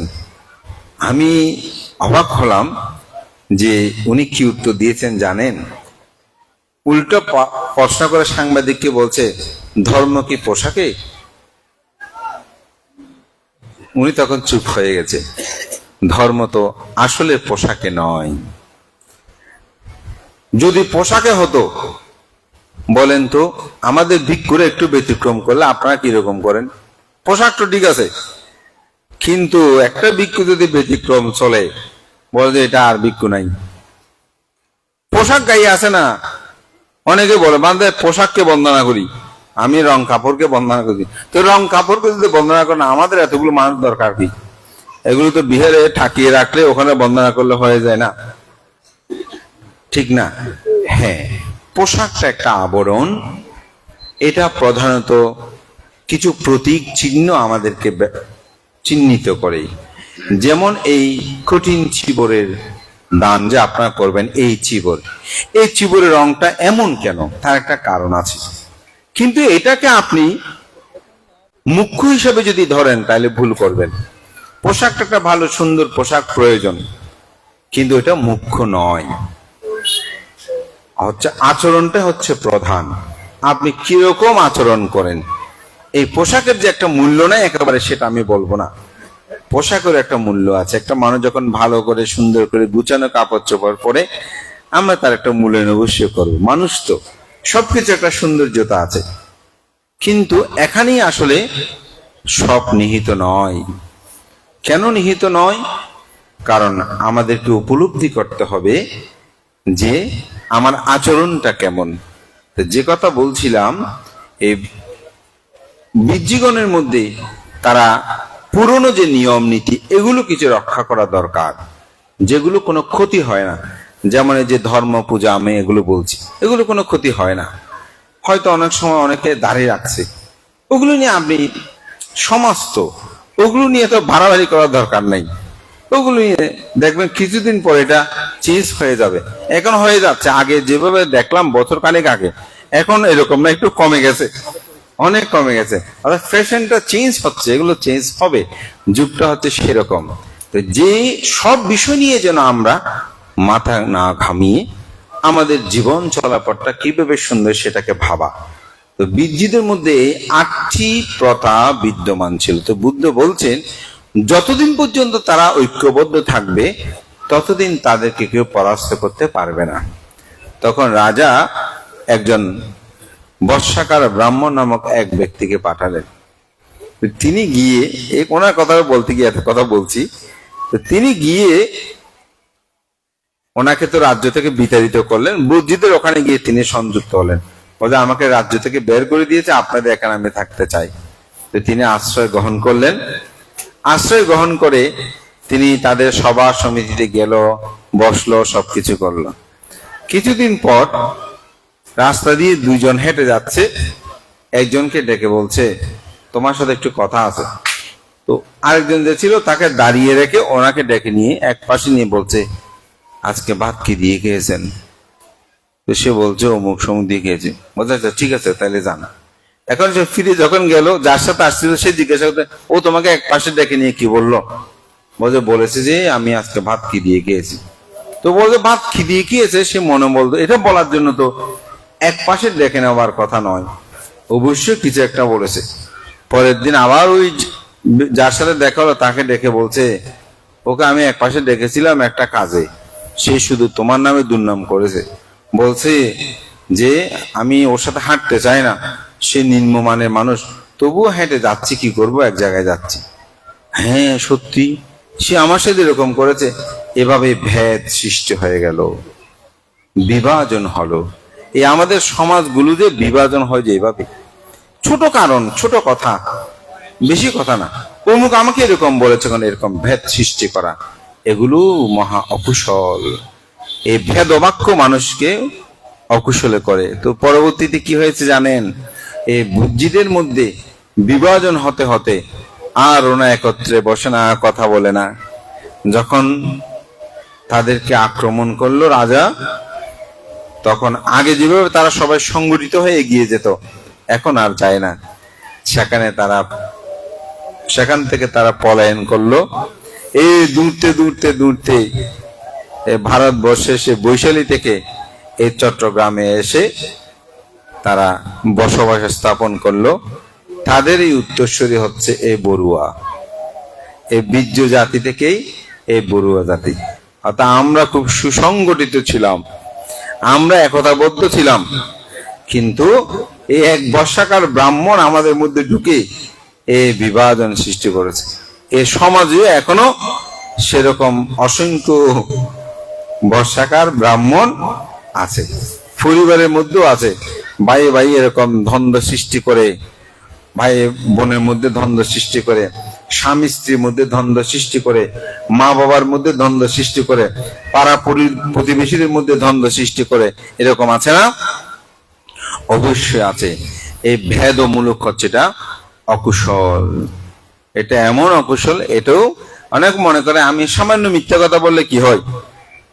আসলে সামান্য মিথ্যা এটা যে মানুষের জীবনের মহাকাল হয়ে দাঁড়ায়, এটা অনেকেই বুঝে না। এরপরে হচ্ছে কর্কশ বাক্য, অর্থাৎ মানুষের কষ্ট পায় মতো। যে কেউ আপনি কেমন আছেন বললো, আমরা চেঁচিয়ে অনেক সময় কথা বলি, আছি বলো, তোমার জিজ্ঞাসা করা কি আছে, ওই রকম মনে কষ্ট পায়। এটাও মানুষের জীবনে কি অকুশল। এই বাক্যগুলোর দ্বারা মানুষের মধ্যে কি অকুশল উৎপন্ন হয়। এটার ধরে মানুষকে জন্ম জন্মান্তরে দুঃখ ভোগ করতে হয়, অনেকটা অবজ্ঞা করে বলা। যেমন মহাকারণিক তথাগত বুদ্ধ, তিনি যে দীর্ঘ 6 বছর কঠোর সাধনা করেছেন, কেন জানেন? তার একটা কারণ আছে। এক বুদ্ধ 6 দিনে তিনি মুক্তি লাভ করেছেন, অর্থাৎ বুদ্ধত্ব লাভ করেছেন।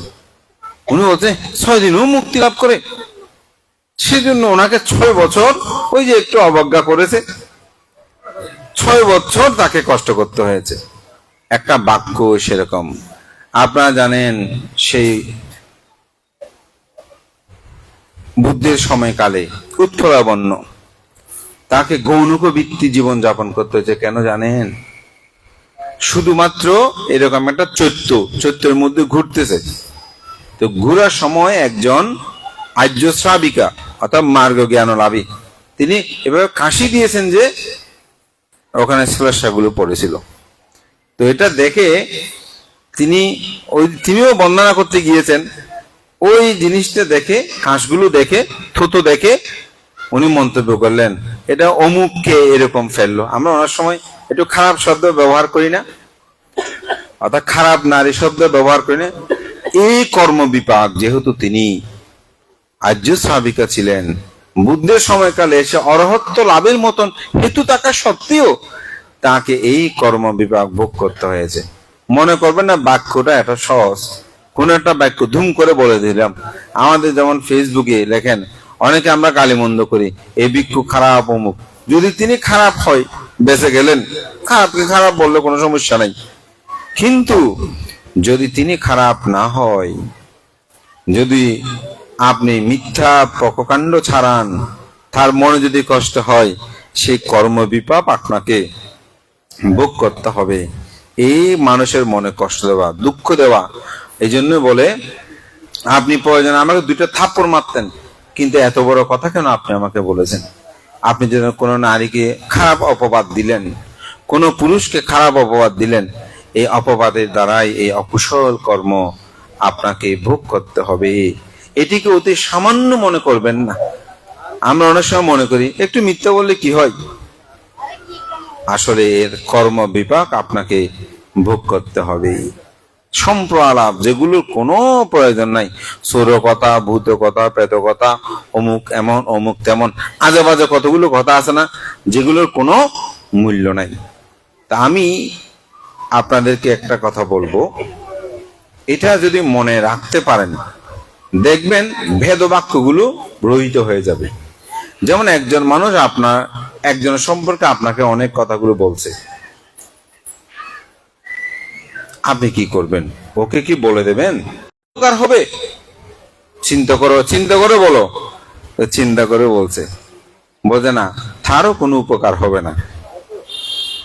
তুমি যদি বলো তোমার কোনো উপকার হবে, বলে যে না, তার হবে না, যে বলেছে তার উপকার হবে না, তোমার উপকার হবে না, সেই কথাটা তুমি আমাকে বলিও না। এই কারো কোনো উপকার হবে না, যে সেই ধরনের কথাগুলো বলেই পরিবার সমাজের মধ্যে এত দ্বন্দ্ব। ঠিক কিনা চিন্তা করে দেখেন। আমাদের মধ্যে যত সমস্যা, ভাই বোন জ্ঞাতি আত্মীয় স্বজন পাড়াবসী সমাজ, যে কথাগুলোর কারো উপকার নাই, সেই কথাগুলোই সমস্যা সৃষ্টি করছে। একটু খুঁচিয়ে বলতেছে এরকম এরকম, ও বলতে হ্যাঁ আমিও সেদিন এরকম দেখছি, একটু করে কুচিয়ে দেবে, সে আরো বলতে শুরু করবে, তারপরে এসে গিয়ে ওকে বুঝিয়ে দেবে যে তোমার নামে সে এরকম এরকম বলতেছে, অথচ এটার দ্বারা কারো কোনো উপকার হয় নাই। সেজন্য এই দর্শবিদ অকুশল কর্মে বলছে যেন এরকম বাজে আলাপ যেগুলো দিয়ে কোনো এগুলো যেন না করে। তারপর বলছে যে নেশা দ্রব্য সেবন, এই যে আমাদের সমাজে এখন এই নেশা দ্রব্য সেবন এগুলো থেকে যেন দূরে থাকে। অবিদ্যা, ব্যাপাদ, মিথ্যা দৃষ্টি। অবিদ্যা মানে অজ্ঞানতা। আমরা যে যত পাপ কর্মগুলো সম্পাদন করছি এগুলো সব অবিদ্যার কারণে করছি। অবিদ্যাই হচ্ছে আসলে দুঃখের মূল। অবিদ্যায় হইতে সংস্কার উৎপন্ন হয়, সংস্কার হইতে বিজ্ঞান, বিজ্ঞান হইতে নামরূপ, নামরূপ হইতে সরায়তন, সরায়তন হইতে স্পর্শ, স্পর্শ থেকে বেদনা, বেদনা থেকে তৃষ্ণা, তৃষ্ণা হতে উপাদান, উপাদান হতে ভব, ভব হইতে জন্ম, জরা, ব্যাধি, মৃত্যু। এই একটা আবর্তে আমরা ঘুরতেছি, চক্রের মধ্যে কি করতেছি, ঘুরতেছি। যে এই জন্মটাকে আসলে আমাদের শেষ জন্ম না, আবার জন্ম নেব। সেদিন একজন একটা খুব সুন্দর বলছে তুমি আমাকে হত্যা করতে পারো, কোনো সমস্যা নেই, আমি তো মরব না, আমি আবার প্রতিসন্ধি গ্রহণ করব। আমাদের বিখ্যাত পণ্ডিত সেই নোবেল বিজয়ী দালাই লামা, তার একটা কথা আমার খুব হৃদয় স্পর্শ করেছে। বলছে পৃথিবীটাকে সবসময় সুন্দর রাখো, কারণ পৃথিবীতে আমি এই অল্প কিছু দিনের জন্য আসিনি, মৃত্যুর পরে আমি আবার এই পৃথিবীতে আসব। অর্থাৎ যেহেতু আমরা জন্মান্তর বিশ্বাসী, আমাদেরকে অবশ্যই এই চিন্তাটা করতে হবে। তা আমি এই অর্থে বলছি যে এই আবর্তে আমরা ঘুরছি, কিন্তু এই ঘুরেটা কি সুখের? না, এটা দুঃখের। আপনারা করোনা ভাইরাস কালীন সময়ে এখানে কেমন জানি না, আমরা যারা শহরে নগরে ছিলাম বের হতে পারিনি। স্বয়ংপত্র অনেক জায়গায় রান্না বান্না করে খেতে হয়েছে, ঠুল দিয়ে আটকে দিয়েছি। বিহারে মানুষজন ঠিক মতো আসছে না, আসার জন্য বলতেছি। অনেকে বলে মনরে মরবো, তবুও বুদ্ধকে বন্দনা না করে কি করবো, তবু আমরা গেটটা খুলে দিতাম, এসে বন্দনা বন্দনা করতেও দূরে দূরে বসে বন্দনা করা, ঠিক না? তো বদ্ধ ঘরের মধ্যে থাকতে থাকতে অনেক ছেলে মেয়ে মানসিক ভাবে অসুস্থ হয়েছেন। এমনকি ফোনে ফোনে বলছে, ভান্তে আমার ছেলেকে একটু ধর্ম কথা বলেন, আমার ছেলে তো মানসিক ভাবে অসুস্থ, স্কুলে যেতে পারে না, মুখ যেতে পারে না। তাহলে চিন্তা করে দেখেন, একটা রুমের মধ্যে, একটা জায়গার মধ্যে বদ্ধ করে থাকতে এত কষ্ট। আমরা মাতৃগর্ভে কেমন ছিলাম, কখনই কি ভেবে দেখেছেন? এই মাতৃগর্ভের মধ্যে দিয়ে 10 মাস 10 দিন অবস্থান করেছি, এটা কেমন দুঃখ।